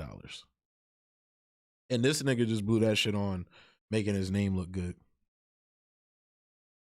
Sifting through over 30,000 grants in the company's database, Mint Press can reveal that the Gates Foundation has bankrolled hundreds of media outlets and ventures to the tune of at least $319 million. Okay, yeah, I'm going to keep doing that. I know it's annoying. Up until his recent messy divorce, Belinda, I know y'all seen that meme. It's this funny ass meme. That's the, or like a yes, I guess it's a meme. Like it's a video, but I'm pretty sure it's still called a meme. Where you got this guy that like slid in Melinda Gates's DMs, and he was sending like these voice DMs, like Melinda. Some dumbass nigga, bro, just slid in her DMs, like trying to get at her. Hilarious. But up until his recent messy divorce, Bill Gates enjoyed something of a free pass in corporate media, generally presented as a kindly nerd who wants to save the world. The Microsoft co-founder was eventually unironically christened Saint Bill by The Guardian. You know, they present Bill Gates as like the Mr. Rogers-esque type nerd guy. They present Elon Musk as Tony Stark, basically. Although it's weird because Jeff Bezos, I feel like people have always seen that motherfucker as Lex Luthor. Yo, that's what's weird. Poor Jeff Bezos. People see right through his shtick. Yo, but they know he's a fucking megalomaniac, narcissist piece of shit. But while other billionaires' media empires are relatively well known, the extent to which Gates's cash underwrites the modern media landscape is not. I don't know if I read that right. While other billionaires' media empires are relatively well known, the extent to which Gates's cash underwrites the modern media landscape is not. After sorting through over 30,000 individual grants, Mint Press can reveal that the Bill and Melinda Gates Foundation, the BMGF, has made over $300 million worth of donations to fund media projects. Recipients of this cash include many of America's most important, intrepid media outlets, also known as paid liars, including CNN, NBC, NPR, PBS, and The Atlantic. Gates also sponsors a myriad. That's why I was surprised when they asked him about Epstein on the show. But then he looks into the camera and says, yeah, we killed him. What are you going to do about it? So that kind of throws all that out the window. Gates also sponsors a myriad of influential foreign organizations, including the BBC, The Guardian, Financial Times, and the Daily Telegraph in the United Kingdom. Right? Prominent European newspapers such as Le Monde in France, Der Spiegel in Germany, El País in Spain, as well as big global broadcasters like Al Jazeera. The Gates Foundation money going towards media programs has been split up into a number of sections, presented in descending numerical order, and includes links to relevant grant, a link to the relevant grant on the organization's website. Awards directly to the media outlet, NPR, aka National Petroleum Radio. Apparently now National Pedophile Radio, $24,663,066. Man, just give me the 663,000. I'll be straight, bro. The Guardian, including theguardian.org, $12,951,391. Cascade Public Media, $10,895,016. I'm not going to go through all these. Y'all see this shit. NBC, I'm just going to go over the big ones. NBC Universal Media, $4,373,500. Le Monde, $4,014,512. BBC, $3,000. Get your head out the gutter, not that BBC. $3,668,657. CNN, $3,600,000. Who else on here? The Atlantic, $1,403,453. Al Jazeera, $1 million. ProPublica, $1 million. PBS, $499,997. Man, that's wild. That's wild. Together, these donations total $166,216,526. The money is generally directed towards issues close to the Gates' hearts. For example, the $3.6 million CNN grant went towards reporting on gender equality with a particular focus on least developed countries, where he just runs around and does whatever he wants in terms of medical shit. You know, I'm not gonna say the certain word so they don't flag the fucking video, but y'all know what I'm talking about. Producing journalism on the everyday inequalities endured by women and girls across the world, while the Texas Tribune received millions to increase public awareness and engagement of education reform in Texas, which is basically trying to privatize education. Given that Bill is one of the charter school's most fervent supporters, a cynic might interpret this as planting pro-corporate charter school propaganda into the media. I guess I must be a cynic because I just said that. Disguised as objective news reporting. See how liberals are, and this is another point I like to make. See how, you know, economically, liberals and conservatives, y'all agree on that shit. Y'all agree. I try to explain that to a lot of conservatives all the time. They're just so wound up in the culture war garbage, they don't see it. Liberals agree with y'all on most shit economically, literally. The Gates Foundation, like Obama, super pro privatization of schooling. Biden, was Clinton, all of them. The Gates Foundation has only given nearly $63 million to charities closely aligned with big media outlets, including nearly $53 million to BBC Media Action, over $9 million to MTV Staying Alive Foundation, and $1 million to the New York Times Neediest Causes Fund. While sorry about that, while not specifically funding journalism, donations to the philanthropic arm of a media player should still be noted. Gates continues to underwrite a wide network of investigative journalism centers as well, totaling just over $38 million, more than half of which has gone to the DC-based International Center for Journalists to expand and develop African media. So, to push his propaganda bullshit, in these imperialized, colonialized countries. That's what he means by that. So here's the list of those centers. In addition to this, the Gates Foundation also plies press and journalism associations with cash to the tune of at least $12 million. For example, the National Newspaper Publishers Association, a group representing more than 200 outlets, has received $3.2 million. The list of these organizations include these people. This brings our running total up to $216.4 million. The foundation also puts up, and I think this is interesting, the foundation also puts up the money to directly train journalists all over the world in the form of scholarships, courses, and workshops. Today, it is possible for an individual to train as a reporter thanks to a Gates Foundation grant, find work at a Gates-funded outlet, and to belong to a press association funded by Gates. This is especially true of journalists working in the fields of health, education, and global development, the ones Gates himself is most active in, and where scrutiny of the billionaire's actions and motives are most necessary.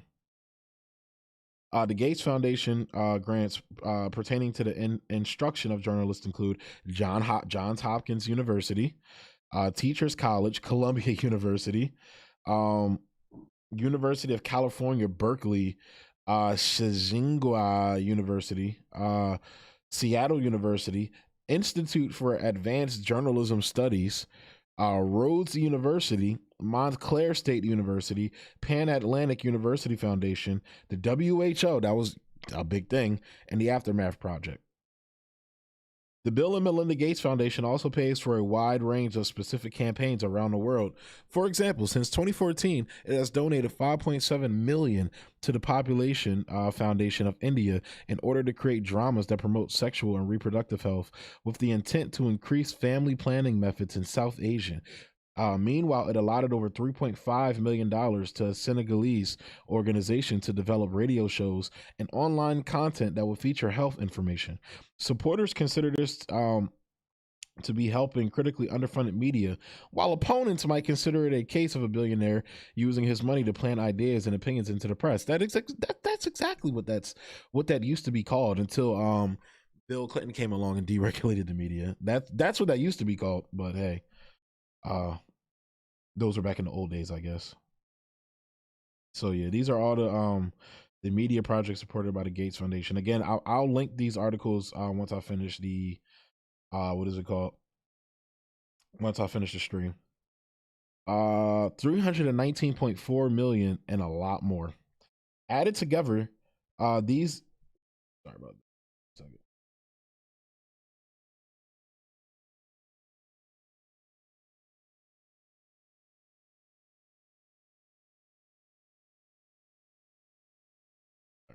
Just got a text. And actually, let me stop real quick and check the stream, make sure everything is good. All right, look like everything is straight. Let's continue. Added together, these Gates-sponsored media projects came to a total of $319.4 million. However, there are clear shortcomings with this non-exhaustive list, meaning the true figure is undoubtedly far higher. First, it does not count subgrants, money given by recipients to media around the world. And while the Gates Foundation fosters an air of openness about itself, there's actually precious little public information about what happens to the money from each grant, save for a short 1 or 2 sentence description written by the foundation itself on its website. Only donations to press organizations themselves or projects that can be identified from the information on the Gates Foundation's website as media campaigns were counted, meaning that thousands of grants having some media element do not appear in this list. A case in point is the Bill and Melinda Gates Foundation in partnership with Viacom CBS, the company that controls CBS News, MTV, VH1, Nickelodeon, and BET. Yes, black people, you heard that right, BET. But we all knew, at least I knew for a long time, BET wasn't black entertainment television no more. It wasn't black. Like, we all know that. Media reports at the time noted that the Gates Foundation was paying the entertainment giant to insert information and PSAs into its programming, and that Gates had intervened to change storylines in popular shows like ER and Law and Order SVU. My aunt watches garbage ass shows like that. However, when checking BMGF's grants database, Viacom and CBS are nowhere to be found. The likely grant in question, totaling over $6 million, merely describing the project as a public engagement campaign aimed at improving high school graduation rates and post-secondary completion rates, specifically aimed at parents and students, meaning that it was not counted in the official total. There are surely many more examples like this. For a tax-privileged charity that so often trumpets the importance of transparency, it's remarkable how intensely secretive the Gates Foundation is about its financial flows. Tim Schwab, one of the few investigative journalists who has scrutinized the tech billionaire, told MinPress. Also not included are grants aimed at producing articles for academic journals. While these articles are not meant, so you know those academic journals that push the pro you know what BS, yeah, those. Also included are not grants aimed at producing articles for academic journals. While these articles are not meant for mass consumption, they regularly form the basis for stories in the mainstream press and help shape narratives around key issues. The Gates Foundation has given far and wide to academic sources, with at least $13.6 million going towards creating content for the prestigious medical journal The Lancet. And of course, even money given to universities for purely research projects eventually ends up in academic journals and ultimately downstream into mass media. Academics are under heavy pressure to print their results in prestigious journals. Publish or perish is the mantra in university departments. Therefore, even these sort of grants have an effect on our media. Neither these nor grants funding the printing of books or establishment of websites counted in the total, although they too are forms of media. Low profile, long tentacles. And we're almost done here, guys. Almost done here.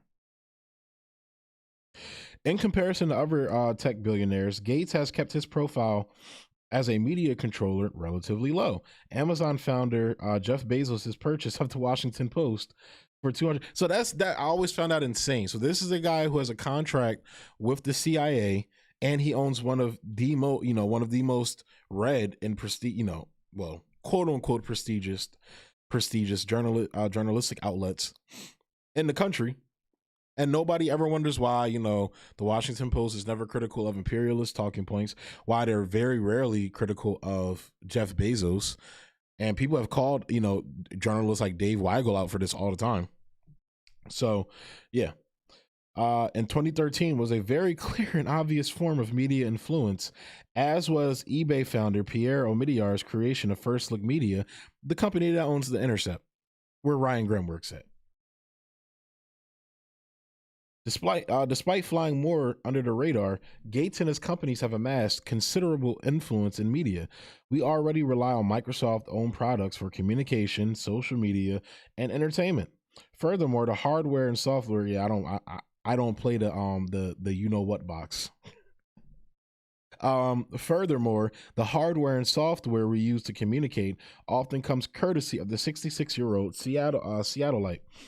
How many people reading this are doing so on a Microsoft Surface or Windows phone, or doing so via Windows OS? I am.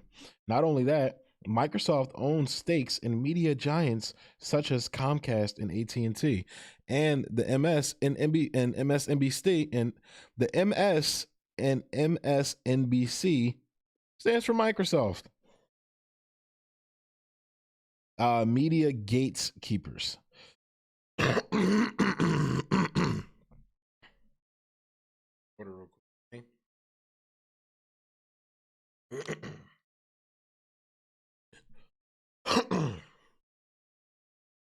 That the Gates Foundation is underwriting a significant chunk of our media ecosystem leads to serious problems with objectivity. The foundation's grants to media organizations raise obvious conflict of interest questions. How can reporting be unbiased when a major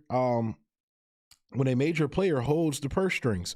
Wrote Gates's local Seattle Times in 2011. This was before the newspaper accepted Bill and Melinda Gates Foundation money to fund its education lab section.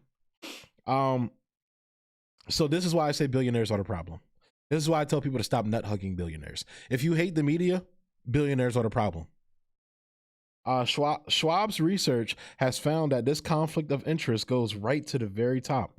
2 New York Times columnists had been writing glowingly about the Gates Foundation for years, without disclosing that they also work for a group, the Solutions Journalism Network, that, as shown above, has received over $7 million from the tech billionaire's charity. Sorry about that. Got another text, guys. All right, we're back at it.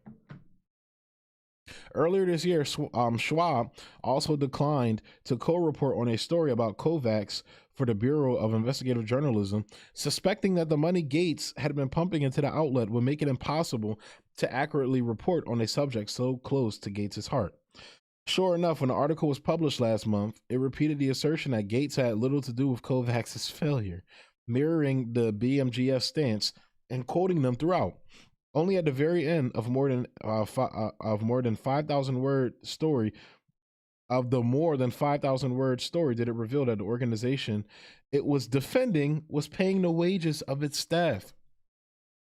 I don't believe Gates told the Bureau of Investigative Journalism with the right. I think the Bureau implicitly, if subconsciously, knew they had to find a way to tell this story that didn't target their funder. Again, even though Chomsky is, off his rocker now, manufacturing consent holds true. This is manufacturing consent 101. The biasing effects of financial conflicts are complex but very real and reliable, Schwab said, defending it as a case study in the perils of Gates-funded journalism. Mint Press also contacted the Bill and Melinda Gates Foundation for comment, but it did not respond. Of course it didn't.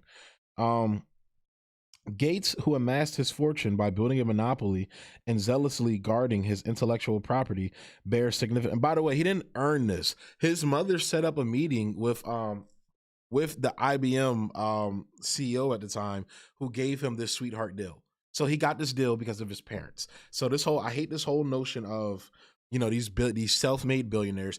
Elon Musk came from a family that delved in mining in Africa, and they also dabbled in child trafficking and child slavery. Same thing with fucking Jeff Bezos. None of these billionaires are self-made. Keep trying to explain that to you. Only really Jay-Z. He's a billionaire. That's really the only one. And Kanye West, maybe. I don't know if Kanye West is a billionaire. He says he is. Kanye West also says a lot of other crazy shit, so. Gates, who amassed his fortune by building a monopoly and zealously guarding his IP, bears significant blame for the failure of the coronavirus vaccine rollout across the world. Quite aside from the COVAX fiasco, he pressured Oxford University not to make its publicly funded vaccine open source and available to all for free, but instead to partner with private corporation AstraZeneca, a decision that meant that those who could not pay were blocked from using it. That Gates has made over 100 donations to the university, totaling hundreds of millions of dollars, likely played some role in the decision. To this day, fewer than 5% of people in low-income countries have received even one dose of the COVID vaccine. The death toll from this is immense. I'm not going to go into that. You already know how I feel about that. Unfortunately, many of these real criticisms of Gates and his network are obscured by wild and untrue conspiracy theories about such things as inserting microchips in vaccines to control the population. This has meant the genuine critiques of the Microsoft co-founder are often demonetized and algorithmically suppressed, meaning that outlets are strongly dissuaded from covering the topic, knowing that they will likely lose money if they do so. The paucity of scrutiny of the world's second richest individual in turn feeds into outlandish suspicions. Gates certainly deserves it, quite apart from his deep and potentially decades-long ties to the infamous Jeffrey Epstein, his attempts to radically change African society, and his investment. And so they like to talk about, China changing, by going in and building roads for these people, cutting mutually beneficial deals with these countries. They're changing their culture in a way they don't like. They're doing this. Never talk about Bill Gates. Never talk about Elon Musk's family, how they got their money. Never talk about all of these evil American corporations in the United States has been exploiting them for years. Never talk about the decades-long colonialism by European powers that destabilized Africa and set it back. Never talk about that. But we're going to talk about China now. That's what we're going to talk about. Okay. You can miss me with that. And his investment in controversial chemical giant Monsanto. He is perhaps the key driver behind the American charter school movement, an attempt to essentially privatize the U.S. education system. Again, liberals agree with y'all. People like conservatives, he agrees with you on a lot of these issues. I try to explain that to you. That's why I say stop nut-hugging billionaires. Like, this is the problem in America on, both sides, people that are apolitical, people that don't follow politics. We all follow and chase the almighty dollar. We all follow and chase behind capital. That is the problem. That is, and capital in terms of viewing everything through the eyes of the owner class. And that is why we don't have class solidarity amongst the working class, because we were propagandized into viewing everything through the owner class. That's why I preach the words of Malcolm X talking about Asian countries You know, I did that video. Go check it out. How he talks about these Asian countries. They didn't build their countries with capitalism. They built them with socialism and communism. And look where China is today. Charter schools are deeply unpopular with teachers unions, which see the movement as an attempt to lessen their autonomy and reduce public oversight in how and what children are taught.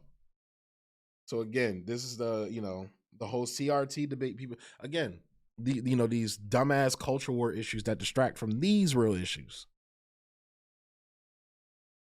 All the way to the bank and most coverage. So that's where he is right about some of those things, about the conspiracy theories and everything like that, blah, blah, blah. I think the person that does the best writing about Bill Gates is Whitney Webb. I would definitely recommend going to read her work. I believe she writes for MenPress too. So definitely go read her work. She does the best writing on it. So, but he's correct on that point. So basically my thing is eye on the prize is basically what I'm saying. Let me check the stream, make sure we're good. And we are good. All the way to the bank. In most coverage, Gates' donations are broadly presented as altruistic gestures. Yet many have pointed to the inherent flaws with this model, noting that allowing billionaires to decide what they do with their money allows them to set the public agenda, giving them enormous power over society. Philanthropy can and is being used to deliberately divert attention away from different forms of economic exploitation that underpin global equality today, said Lindsay McGoey, professor of sociology at the University of Essex, UK, and author of No Such Things as a Free Gift, the Gates Foundation and the Price of Philanthropy. She adds, the new philothrocapitalism, hope I said that right, threatens democracy by increasing the power of the corporate sector at the expense of the public sector organizations, which increasingly face budget squeezes, in part by excessively remunerating for-profit organizations to deliver public services that could be delivered more cheaply without private sector involvement. So basically, the corporatism bullshit that Barack Obama and Joe Biden, Hillary Clinton, Kamala Harris, every fucking Democrat pushes. Charity as former British Prime Minister Clemente Attlee noted, is a cold, gray, loveless thing. If a rich man wants to help the poor, he should pay his taxes gladly, not dole out money at a whim. None of this means that the organizations receiving Gates' money, media or otherwise, are irredeemably corrupt. Nor they are. I'm sorry, they are. All the media is irredeemably corrupt, in my opinion.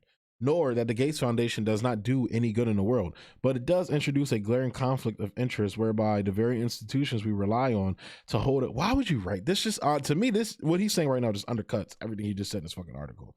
These are evil fucking motherfuckers that are trying to exploit the working class, exploit the global south, the most vulnerable people in the world.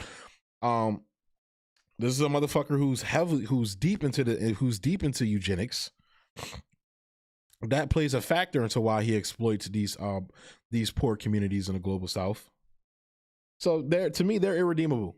I feel like Bill Gates, Marie Antoinette. I'll just say that. Bill Gates and Marie Antoinette need to have a lot in common. I'll say that. But it does introduce a glaring reminder. The conflict of interest is one that corporate media have largely tried to ignore, while the supposedly altruistic philanthropist Gates just keeps getting richer, laughing all the way to the bank. So that was a good article. I feel like part of what he said there some of the last part he said there kind of undercut everything he said.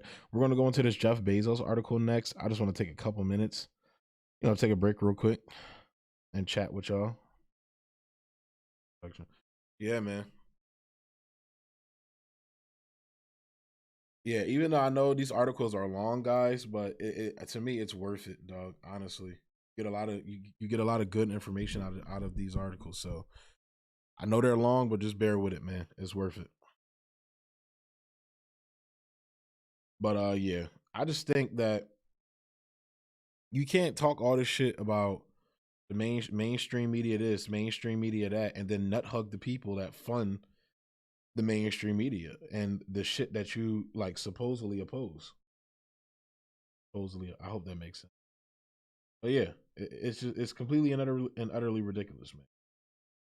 Honestly, for real. Completely and utterly ridiculous.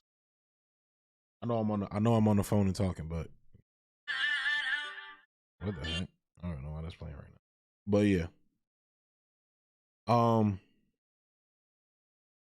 We got to start showing class solidarity amongst ourselves, man. Just like how the billionaires show class solidarity, we need to start showing class solidarity. Like real talk, I'm leaning back a little bit, so I'm adjusting the mic because I need to like lean back. Fucking tired right now, man. I'm probably gonna do this Bezos article and cover this FDA article probably what day did I say I was gonna on Wednesday. My throat was like really sore, right? It's starting to get really sore. And I'm starting to get a little drowsy too. I think I should take some cough syrup or go drink some tea. I've been trying to avoid doing the cough syrup. Like I was watching this one girl that went on Franco's live show, and she was talking about holistic practices and things like that. My dad talks about that shit a lot, like not fucking with like, cough syrup and everything. I try not to. But like I said, I just hate the feeling of being sick. You feel me? I hate that shit so much. So it's so fucking garbage. I'm so sick and tired of being sick and tired. Yeah, just give me a minute to collect myself, and we'll go into this Bezos article. My homie, my homie Tone sent me this. He one of my best friends. He sent me this article in our group chat we have. So shouts out to him for supplying this story. I was covering the Bill. I knew I was going to be covering the Bill Gates story, so I was like, "Fuck it, I'll throw this joint in here,"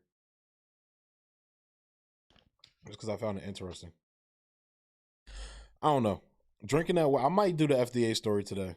I might do it today. Let me see how long it is, because it's not that long. Just because I feel like it is important. I want you guys to hear this today, because I feel like it's this story is crazy.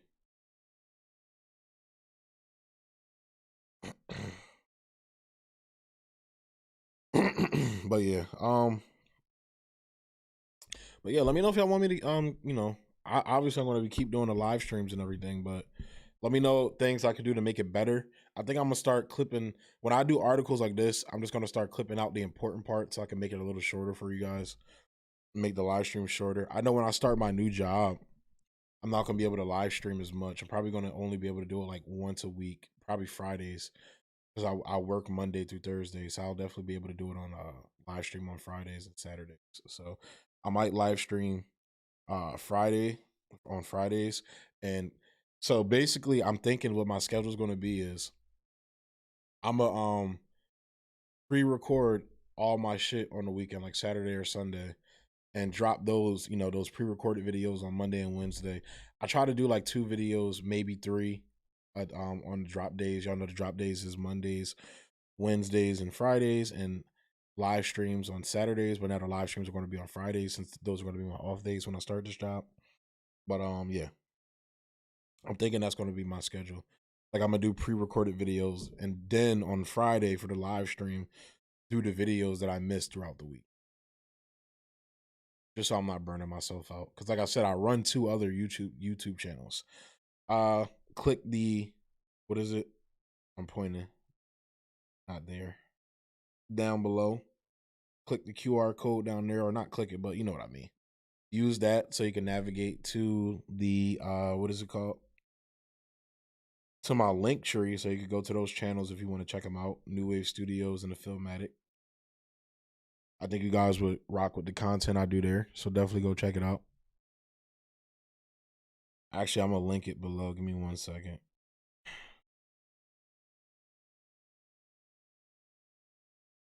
Give me 1 second.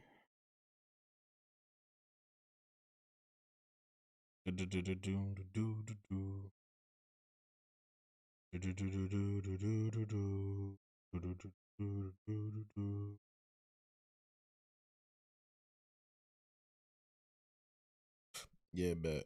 This link I'm posting down below. I'm posting in the description, or should I put it in the chat? I think I'll put it in the chat.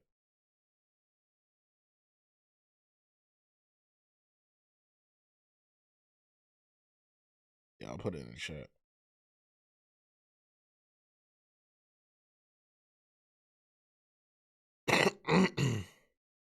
Yeah, that has my different channels on there if you want to go check it out. I just put it in the chat. Might put it in the description too. But I'm thinking about it. I think so far this is the longest live stream I've done so far.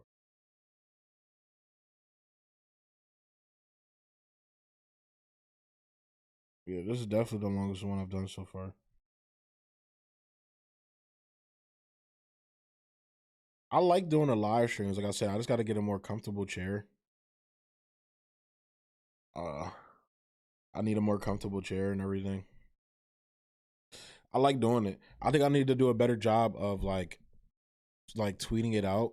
That's one of the things. So like, I'm not trying to. I do American Autopsy because I like talking politics. I believe in the things I'm talking about.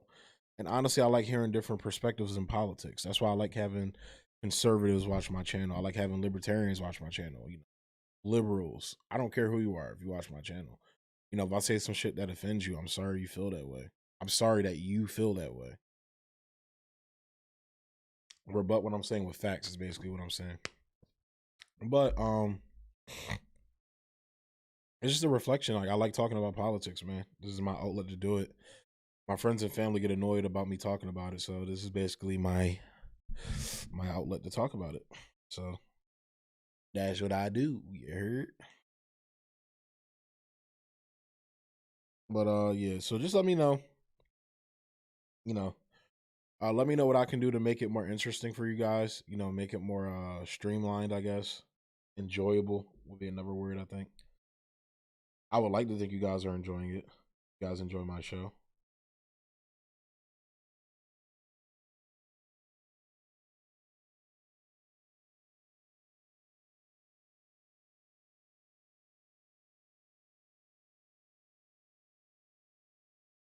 I know I'm just bullying right now.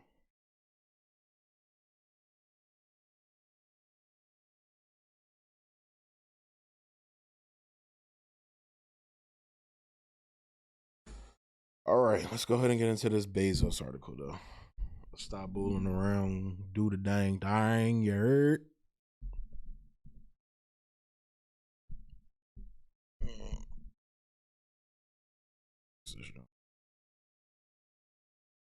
Let's do that damn thing. Buffalo Soldier.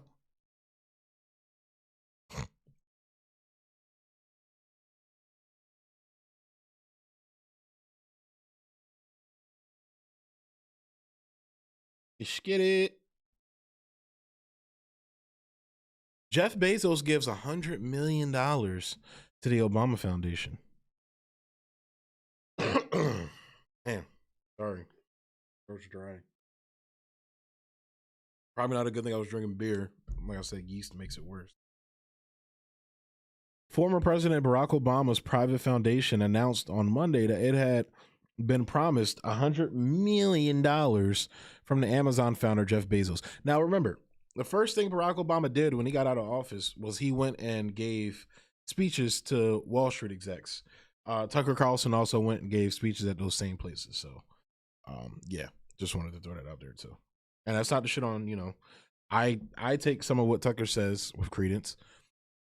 He was one of the only journalists in the mainstream media that was speaking up for Assange. He even had his father and brother on. So, but regardless, I'm going to call out fuckery when I see it. But so remember, these are the people that these are the people Obama feels comfortable with. And there's another guy they talk about in here too. I forgot what his name was, but he was Obama's press secretary that went on to become a high-ranking official in Amazon. He was actually one of the people involved in the email controversy when they smeared Christian Smalls. So, The gift, the largest yet for the Obama administration, for the Obama Foundation, was won in a series of splashy donations in recent months by Bezos, one of the world's richest people. So you see how similar this is to the story we were telling before?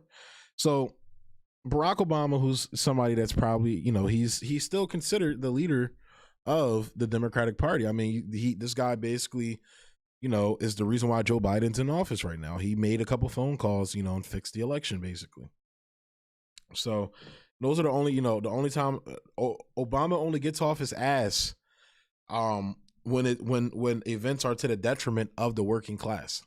So he got off his ass to stop Bernie's run, which even if Bernie got in office, he was going to get railroaded because Bernie's a little cuck. And he gets off his ass to stop the NBA players from going on strike for a very credible issue that would have brought a lot of awareness. It definitely would have been controversial. I mean, we saw what happened with with Kaepernick. Obviously, the shut up and dribble movement and all those people. It's funny how a lot of people like celebrities when they're going along with their politics, but as soon as they disagree with them, that's when they want them to shut up and dribble or shut up and sing or whatever. I always found that fucking interesting. Like, people wouldn't say that shit about Muhammad Ali. You feel me? There was a lot of political, sports figures, back in the day. And I'm not comparing Kaepernick, LeBron, or any of these new niggas to Muhammad Ali. I'm just saying, like, stop pretending like there wasn't a history of political activism in sports. That's all I'm saying. And at that time period, it was considered unpopular.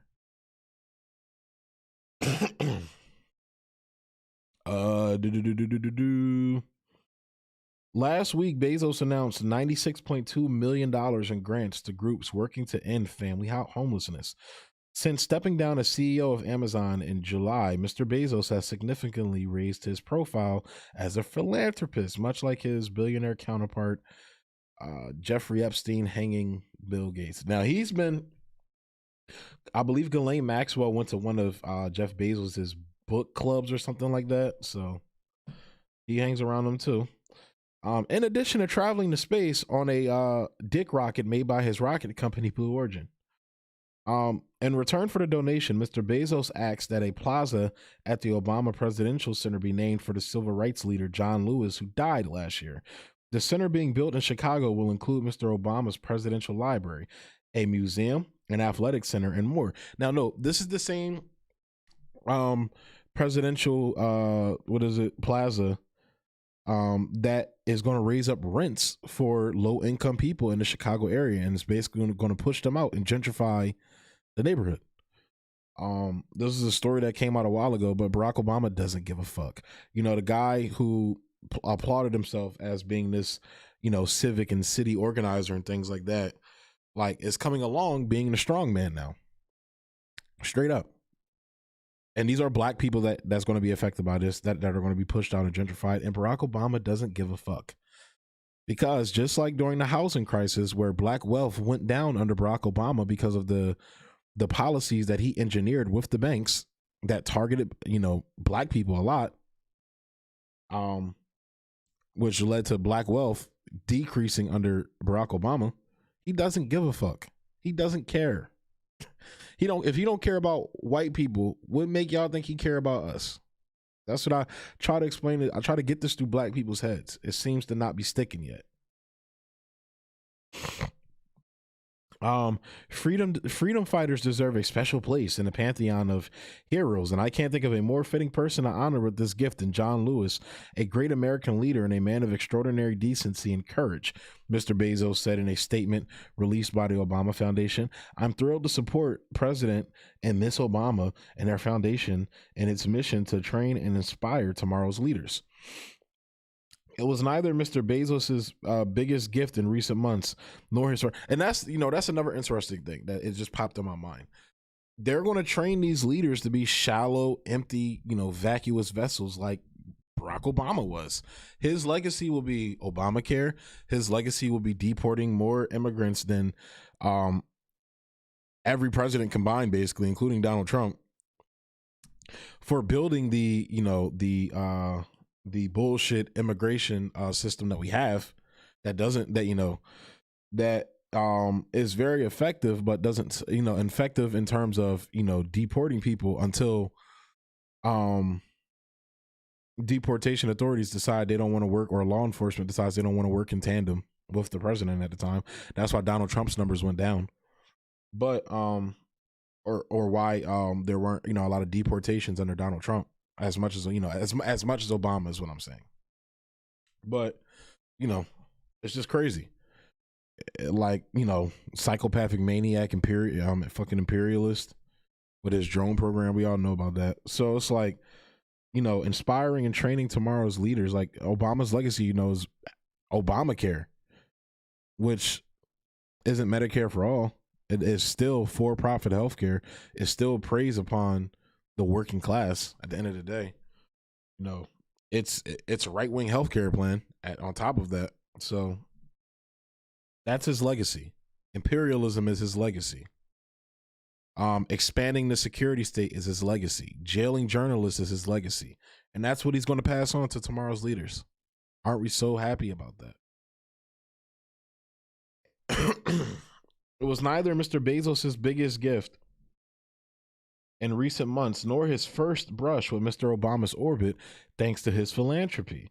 In September, Mr. Bezos, standing alongside John Kerry, Mr. Obama's former Secretary of State, pledged $1 billion through his Bezos Earth Fund for conservation out of $10 billion he has promised to the fund.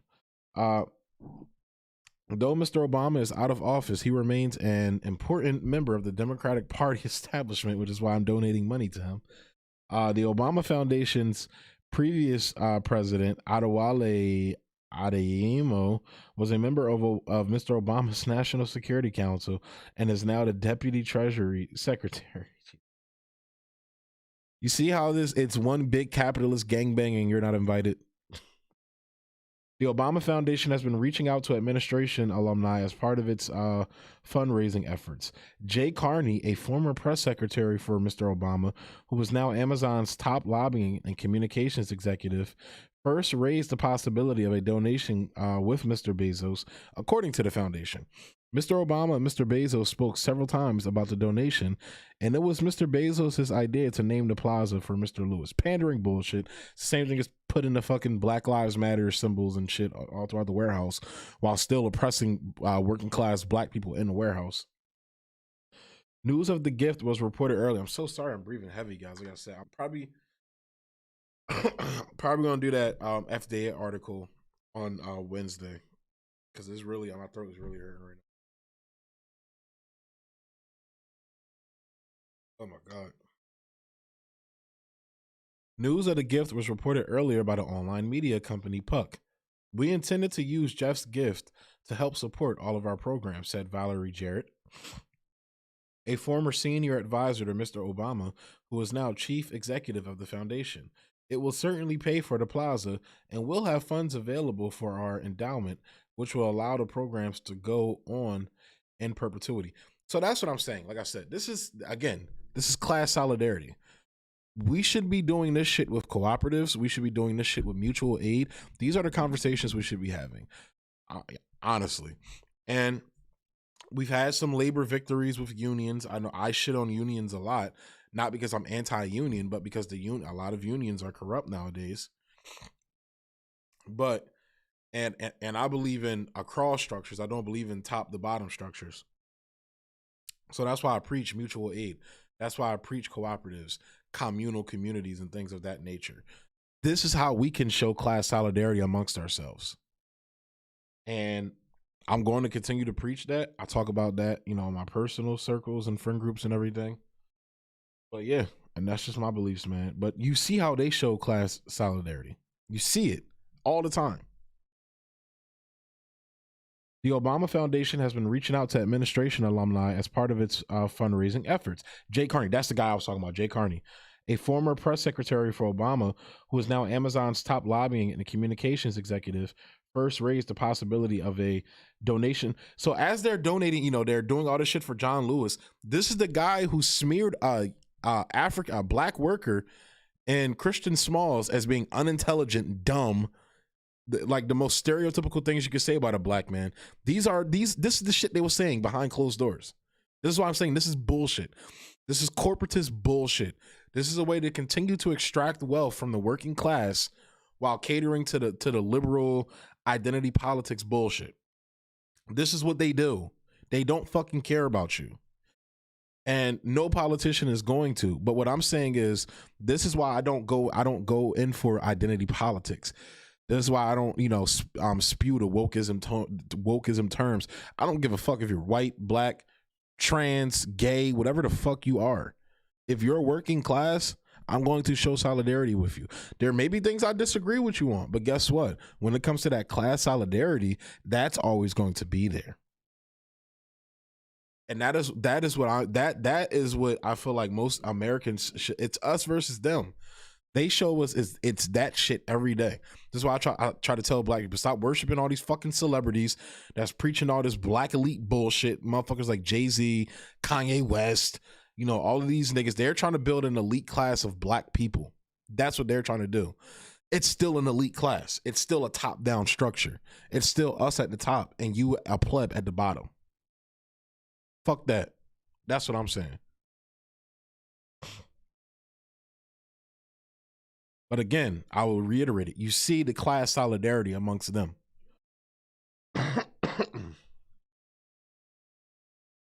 Mr. Obama and Mr. Bezos spoke several times about the donation, and it was Mr. Bezos' idea to name the plaza for Mr. Lewis after he just got finished smearing one of his black employees for raising awareness in his warehouse in the early stages of COVID. News of the gift, and also not just COVID, but working conditions overall, and stifled a unionization effort in the Alabama warehouse where most of the workers there are black. So that's what I'm saying. You could take all this. You and Obama could take this money. You could take your identity politics pandering bullshit, and you can shove it up your fucking ass. News of the gift was reported earlier this month. I read it already. We intended to use that. I read that too. My bad. The foundation has a global leaders program with fellows in Asia, Europe, and Africa. Sounds very similar to the Gates Foundation, right? As well as programs aimed at addressing the opportunity gaps for girls and young men of color. How about you just make him pay his taxes? How about you do that? Obama, how about you run for president and install legislation to make this guy pay? Oh, oops. You had 8 years to do it and you didn't do shit. Because Obama's a corporatist hack piece of shit. Sooner you get it through your head. The NBA players cave because it's Obama. That's to what's your name? I think Sugar. That's your name. I'm sorry, I got bad eyesight. I didn't get my new glasses yet. Sugar. Because it's Obama. He has that allure. This is why I go so hard on Obama, especially when I'm talking to black people, because there's still this allure of Obama being the first black president, and a lot of niggas voted because they see it as Obama. And also because a lot of them are in that liberal democratic establishment, elite class. Niggas like LeBron James. I'm talking about him as well when I put him in that category of Jay-Z and all them niggas trying to build this new black elite that they talk about all the time in their music. Them niggas too. Niggas talk about them being part of this Illuminati bullshit. I'm worried about them trying to create a new capitalist class. A black capitalist class. Malcolm X told me to work on building socialism amongst my people, so that's what I'm gonna do. So, but yeah, it's still the allure around Obama, bro. Honestly, and also, like I said, certain niggas like LeBron and all them that are in that trying to build that new black elite class. That seat at the table talk bullshit.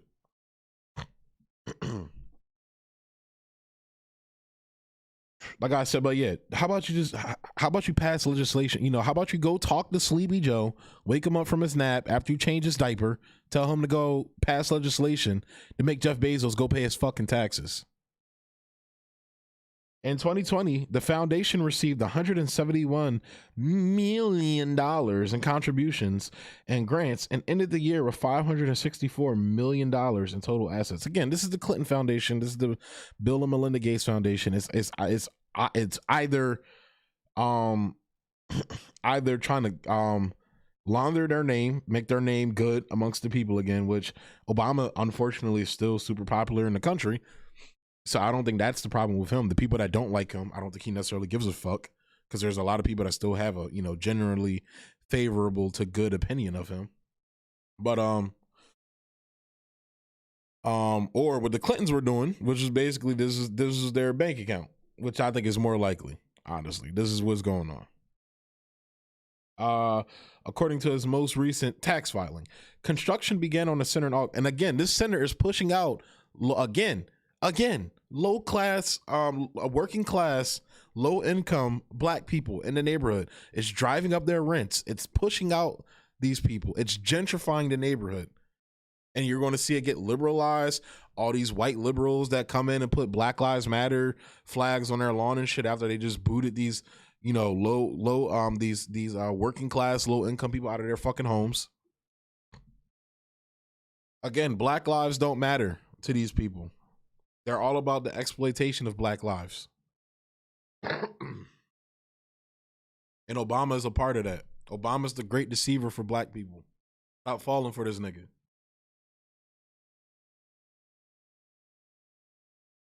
Let me see the comments. Yeah. Let's continue. The formal groundbreaking ceremony was held in September, and the foundation has raised enough money to pay for it. Mr. Bezos has faced some criticism in recent years over the perceived slow pace of his giving, in contrast to his enormous wealth. Yeah, just pay your fucking taxes, asswipe. Forbes pegged his net worth at about $207 billion on Monday, second only to the $300 billion fortune of Elon Musk, the chief executive of Tesla and SpaceX. In particular, Mr. Bezos's gifts have at times looked small. And on top of paying your taxes, on top of that, and it's not, definitely pay their taxes. I'm not saying don't do that. But also what I'm saying is the manipulation of, these people through the grant fundings, like we saw within the media, and obviously within politics as well. This is why I say billionaires are the fucking problem. In particular, Mr. Bezos' gifts have at times looked small compared with more than $8 billion in grants that his ex-wife, Mackenzie Scott, has announced in just 11 months. Man, I'm about to sign her DMs, bro. Miss Scott has been praised not only for the size of her gifts, but the way she has given the money with few strings attached. Unrestricted gifts, as they are known, give organizations far more flexibility than those tied to specific programs, which often leave nonprofits starved for funds essential to running their general operations. Mr. Bezos' $100 million gift to the Obama Foundation was also unrestricted. The donation was the same amount he gave in April 2020 to the food bank network Feeding America for its COVID-19 response fund. At a news conference after his trip into space, Mr. Bezos announced that he had created a prize for civility and courage and was awarding $100 million to each to the CNN political commentator Van Jones and the chef and restaurateur Jose Andres to pass on to charitable causes of their choosing. He also gave $200 million to the Smithsonian Institution's National Air. Again, this is him laundering his name. This is him making his name good to the public. At least as far back as the robber baron era of the late 19th century, philanthropy has been both a means of using great wealth to help the less fortunate and a way for the extremely wealthy to burnish their reputations once they have finished their climbs to the top.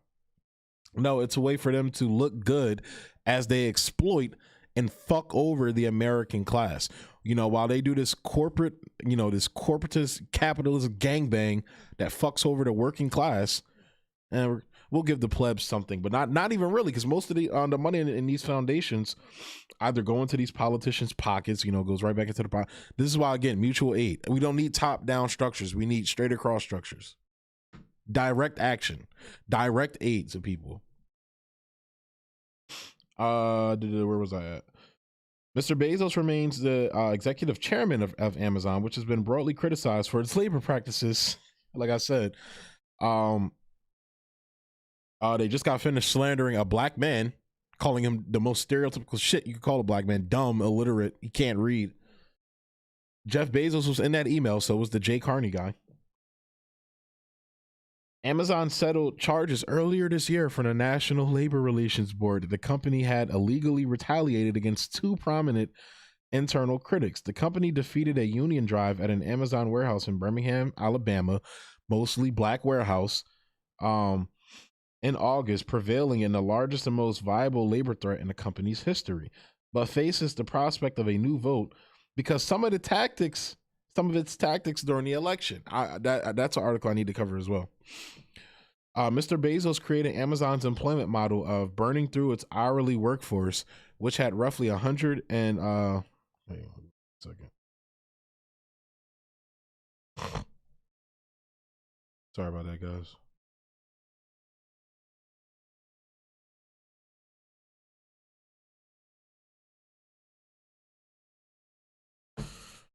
Where was I at?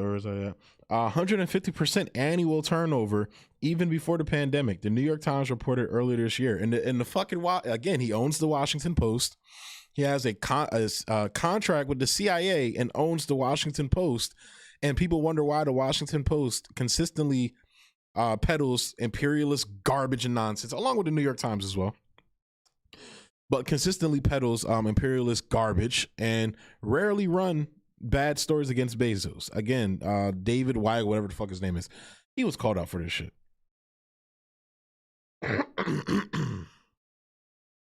President Obama is strongly supportive of unions, but he doesn't actually support them.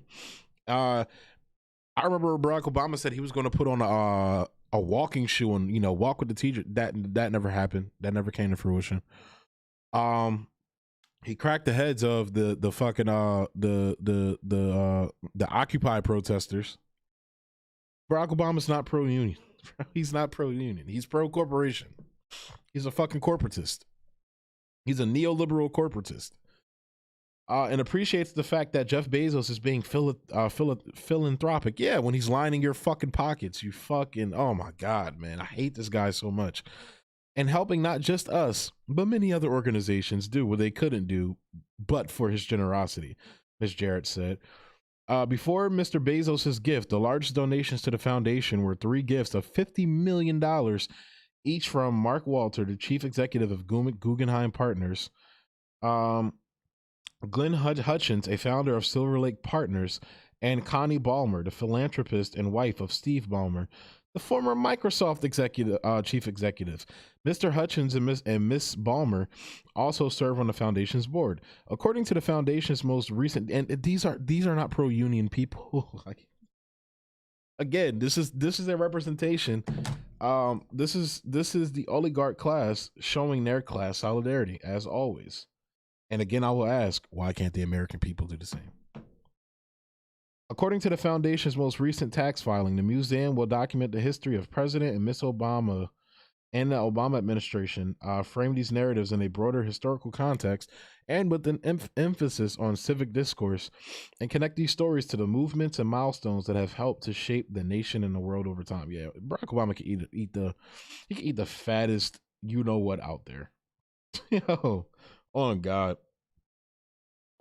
bro. So yeah, guys, I'm gonna cover that FDA story Wednesday. So as always, guys, I know this is a long stream today, about 2.5 hours almost. We're rounding it out at that mark. As always, thank you guys for tuning in. The people that did tune in, the people that showed love and liked. I hope you shared it as well. Thank you so much. Shouts out to Sharif as well for retweeting the stream. Definitely appreciate it. And yeah, man, like I said, just go through, like the Nicaragua. I like to cover imperialism so much on my channel because it's important. Imperialism is the root of a lot of problems in this country.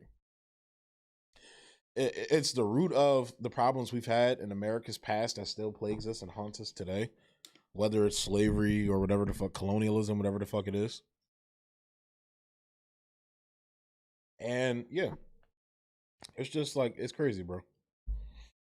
That people don't connect the dots. Like, they don't connect the dots between immigration, illegal immigrants coming, to imperialism. When the United States, when they go out and destroy somebody's fucking country and they rob and rape them of their natural resources, those people are going to come here. Dog, you stole Richard Medher said this perfectly.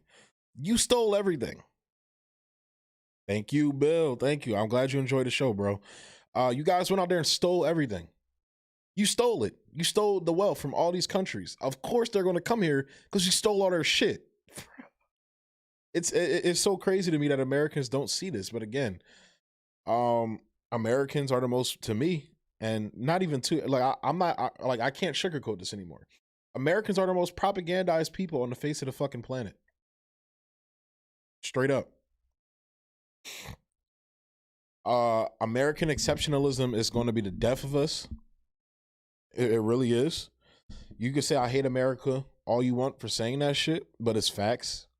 Deep down, it's facts as well too. Deep down, I feel like a lot of y'all, that push the American exceptionalism shit, y'all know it's facts. Deep down, y'all do.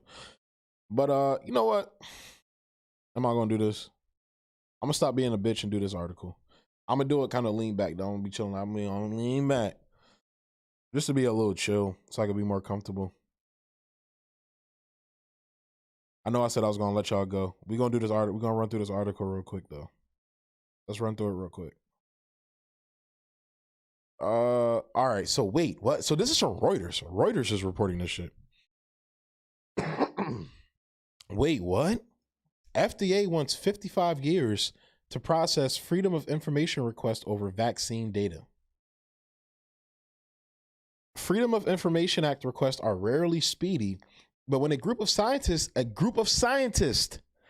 asked the federal government to share the data it relied upon in licensing Pfizer's COVID-19 vaccine, the response went beyond typical bureaucratic foot dragging. As in 55 years beyond. This is fucking insanity. That's how long the FDA in court papers this week proposes it should be given to review and release the trove of vaccine-related documents responsive to the request. So after y'all gave all these fucking corporations liability shields to where if people, have adverse reactions to this vaccine, they can't go and report it. Now you're not going to show the data you're trying to hide the data for 55 years. I think that data is going to show that you guys were monetarily incentivized to approve this. That's just what I'm saying. Or authorize it for emergency use. That's what it looks like to me. Looks like some funny shit going on here. But I don't know. I might just be, I might be an anti what. I don't know. Where we at? If a federal judge in Texas agrees, plaintiffs, public health, and medical professionals for transparency can expect to see the full record in 2076. It's 55 years in 2076. The 1967 FOIA law requires federal agencies to respond to information requests within 20 business days. However, the time it takes to actually get the documents will vary depending on the complexity of the request and any backlog of requests already pending at the agency, according to the government's central FOIA website. It's going to take you 55 years to do that, bro. It's going to take you 55 years to do that, for real. When I came home from school and my mom asked me for my report card and I told her that it was, if I told her it was going to take 25 years, I'll just say 25 years for her to see my report card, she would think some funny shit. She's going to think it's an F on that report card. She's going to think it's a bad grade I'm trying to hide on that report card.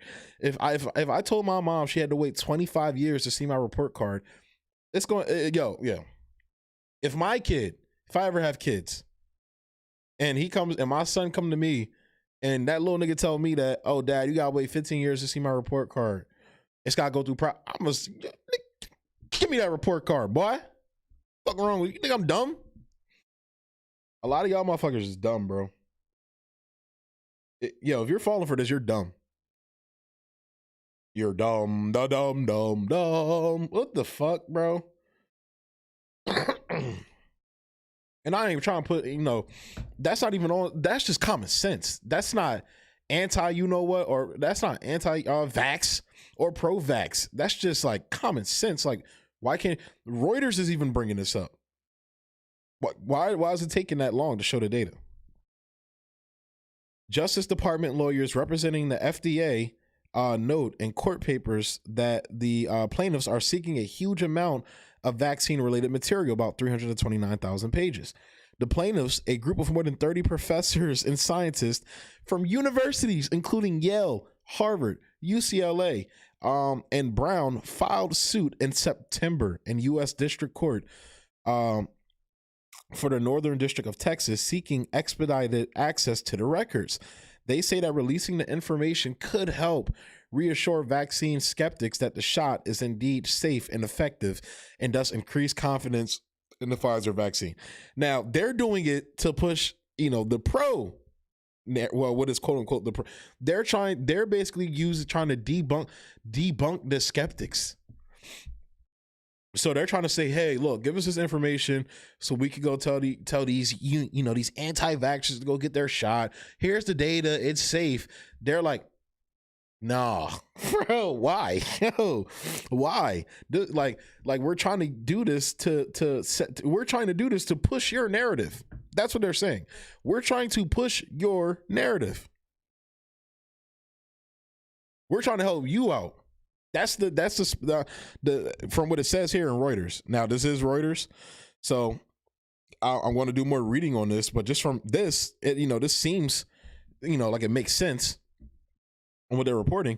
But again, they're trying to push the narrative from their perspective, and the government's like, nah.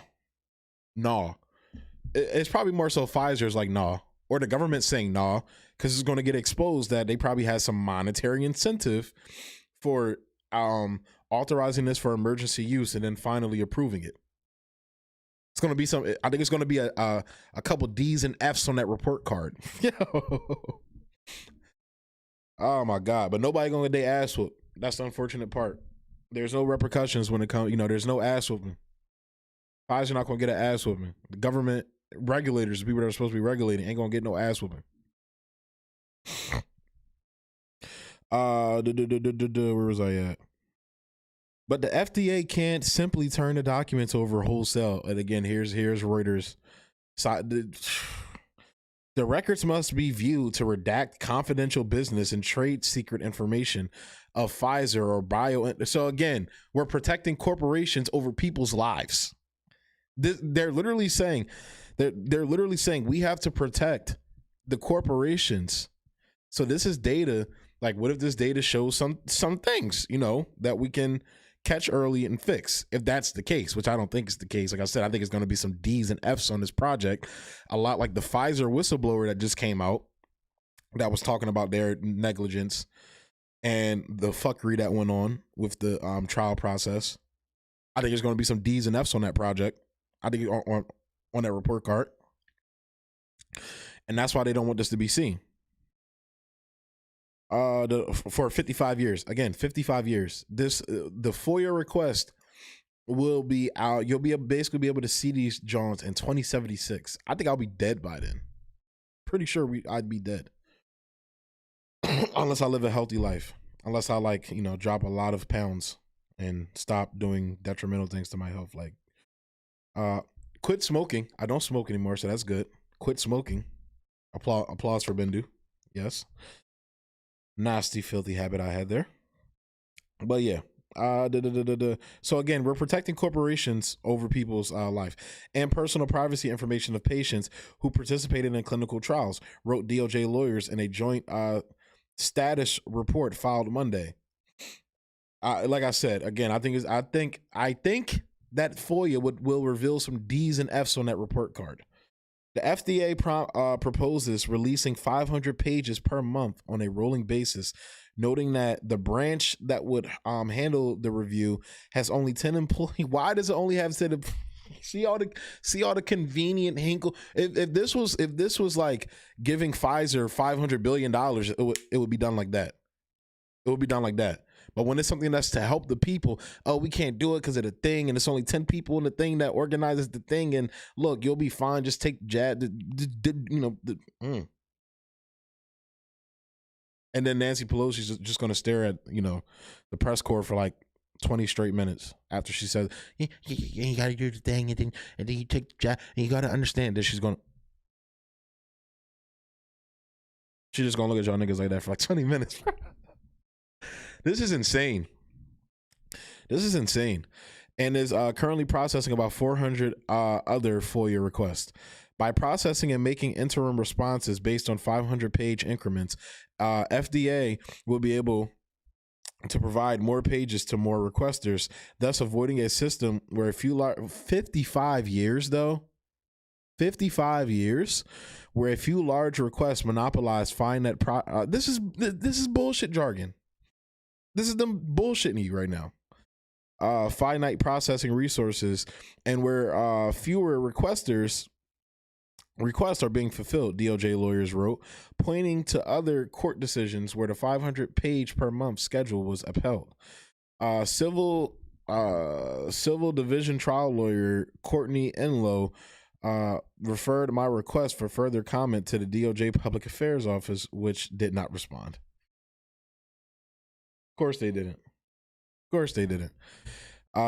Plaintiffs' lawyers argue that their request should be top priority and that the FDA should release all of the material no later than March 3rd, 2022, not 2076, 55 years later. This 100-day period is the same amount of time it took the FDA to review the responsive documents for the far more intricate task of licensing Pfizer's COVID-19 vaccine, wrote Aaron Siri of Siri and Klimstad in New York, and John Howey of Howey Law in Dallas in court papers. The entire purpose of the FOIA is to assure government transparency, they continued. Again, they don't want transparency because there's going to be some D's and F's on that report card. It is difficult to imagine a greater need for transparency than immediate disclosure of the documents relied upon by the FDA to license a product that is now being mandated exactly to over 100 million Americans under penalty of losing their careers, their income, and their military service status, and far worse. I will repeat that again. The purpose of FOIA is to assure government transparency. It is difficult to imagine a greater need for transparency than immediate disclosure of the documents relied upon by the FDA to license a product that is now being mandated to over 100 million Americans under penalty of losing their careers, their income, their military service status, and far worse. Can't put it more perfectly than that. They also argue that Title 21, Subchapter F of the FDA's own regulations stipulates that the agency is to make immediately available all documents underlying licensure of a vaccine. So again, rules-based order. The United States, we don't got to do that. Fuck y'all. Go get that jab. Given the intense public interest in the vaccine, the plaintiff's lawyers say that the FDA should be preparing to release the data simultaneously with the licensure. Instead, it has done the opposite. Siri declined comment. To meet the plaintiff's proposed FOIA deadline, the FDA will have to process a daunting 80,000 pages. Again, if this was printing money for a bank, or if this was giving Pfizer billions of dollars or something in favor of the corporation, it would be done like that. Get it done, my nigga. Get it done. But the plaintiffs note that the FDA has 18,000 employees and a budget of $6 billion.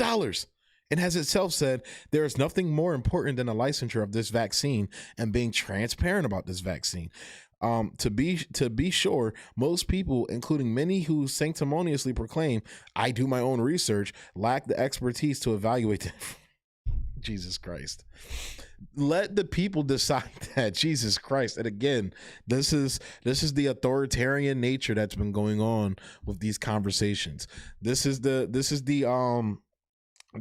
professional class that Thomas Frank talks about in his books a lot. This is why people don't fuck with this is the problem. That right there is the problem. But the plaintiffs, who also include overseas professors from the UK, Germany, Denmark, Australia, and Canada, appear to be well positioned to do so. Again, this is Reuters saying this. Again, this motherfucker said, to be sure, most people, including many who sanctimoniously proclaim, I do my own research, lack the expertise to evaluate information. Sorry, I'm just checking the stream, making sure we straight. Lack the expertise to evaluate different, but the plaintiffs, who also include overseas professors from the UK, Germany, Denmark, Australia, and Canada, appear to be well positioned to do so. And as I mentioned, you got all these professors from, I'm going back to the beginning, where they listed all the colleges and shit. Yale, Harvard, UCLA, and Nick, fuck out my face, bro. It sounds like you tap dancing right now on some bullshit. As Siri and Howe argue, reviewing this information will settle the ongoing public debate regarding the adequacy of the FDA's review process, which is obviously compromised. U.S. District Judge Mark Pittman has set a scheduling conference for December 14th in Fort Worth to consider the timeline for processing the documents. Opinions expressed here are those of the office where so blah, blah, blah, yeah, all that shit. So, again, I'm glad I covered that today, because that's important, man. The fact that, look, they're hiding information from you. It's not surprising. This is what the government does. This is what the government has always done. And it's like, it's 55 years. They think you're dumb. They think you're dumb. This is the same thing as Bill Gates looking in the camera and said, yeah, he's dead now, right? That was cool. That was him saying, yeah, we killed him. What are you going to do about it? It's insanity, bro. It's insanity. So, guys, my throat is killing me. I am uber tired right now. What is this? I don't know why I did that. I just saw a button that looked weird to me. But, yeah, so, guys, thank you for the people that tuned in again. Thank you for tuning in. I know I closed out the show before.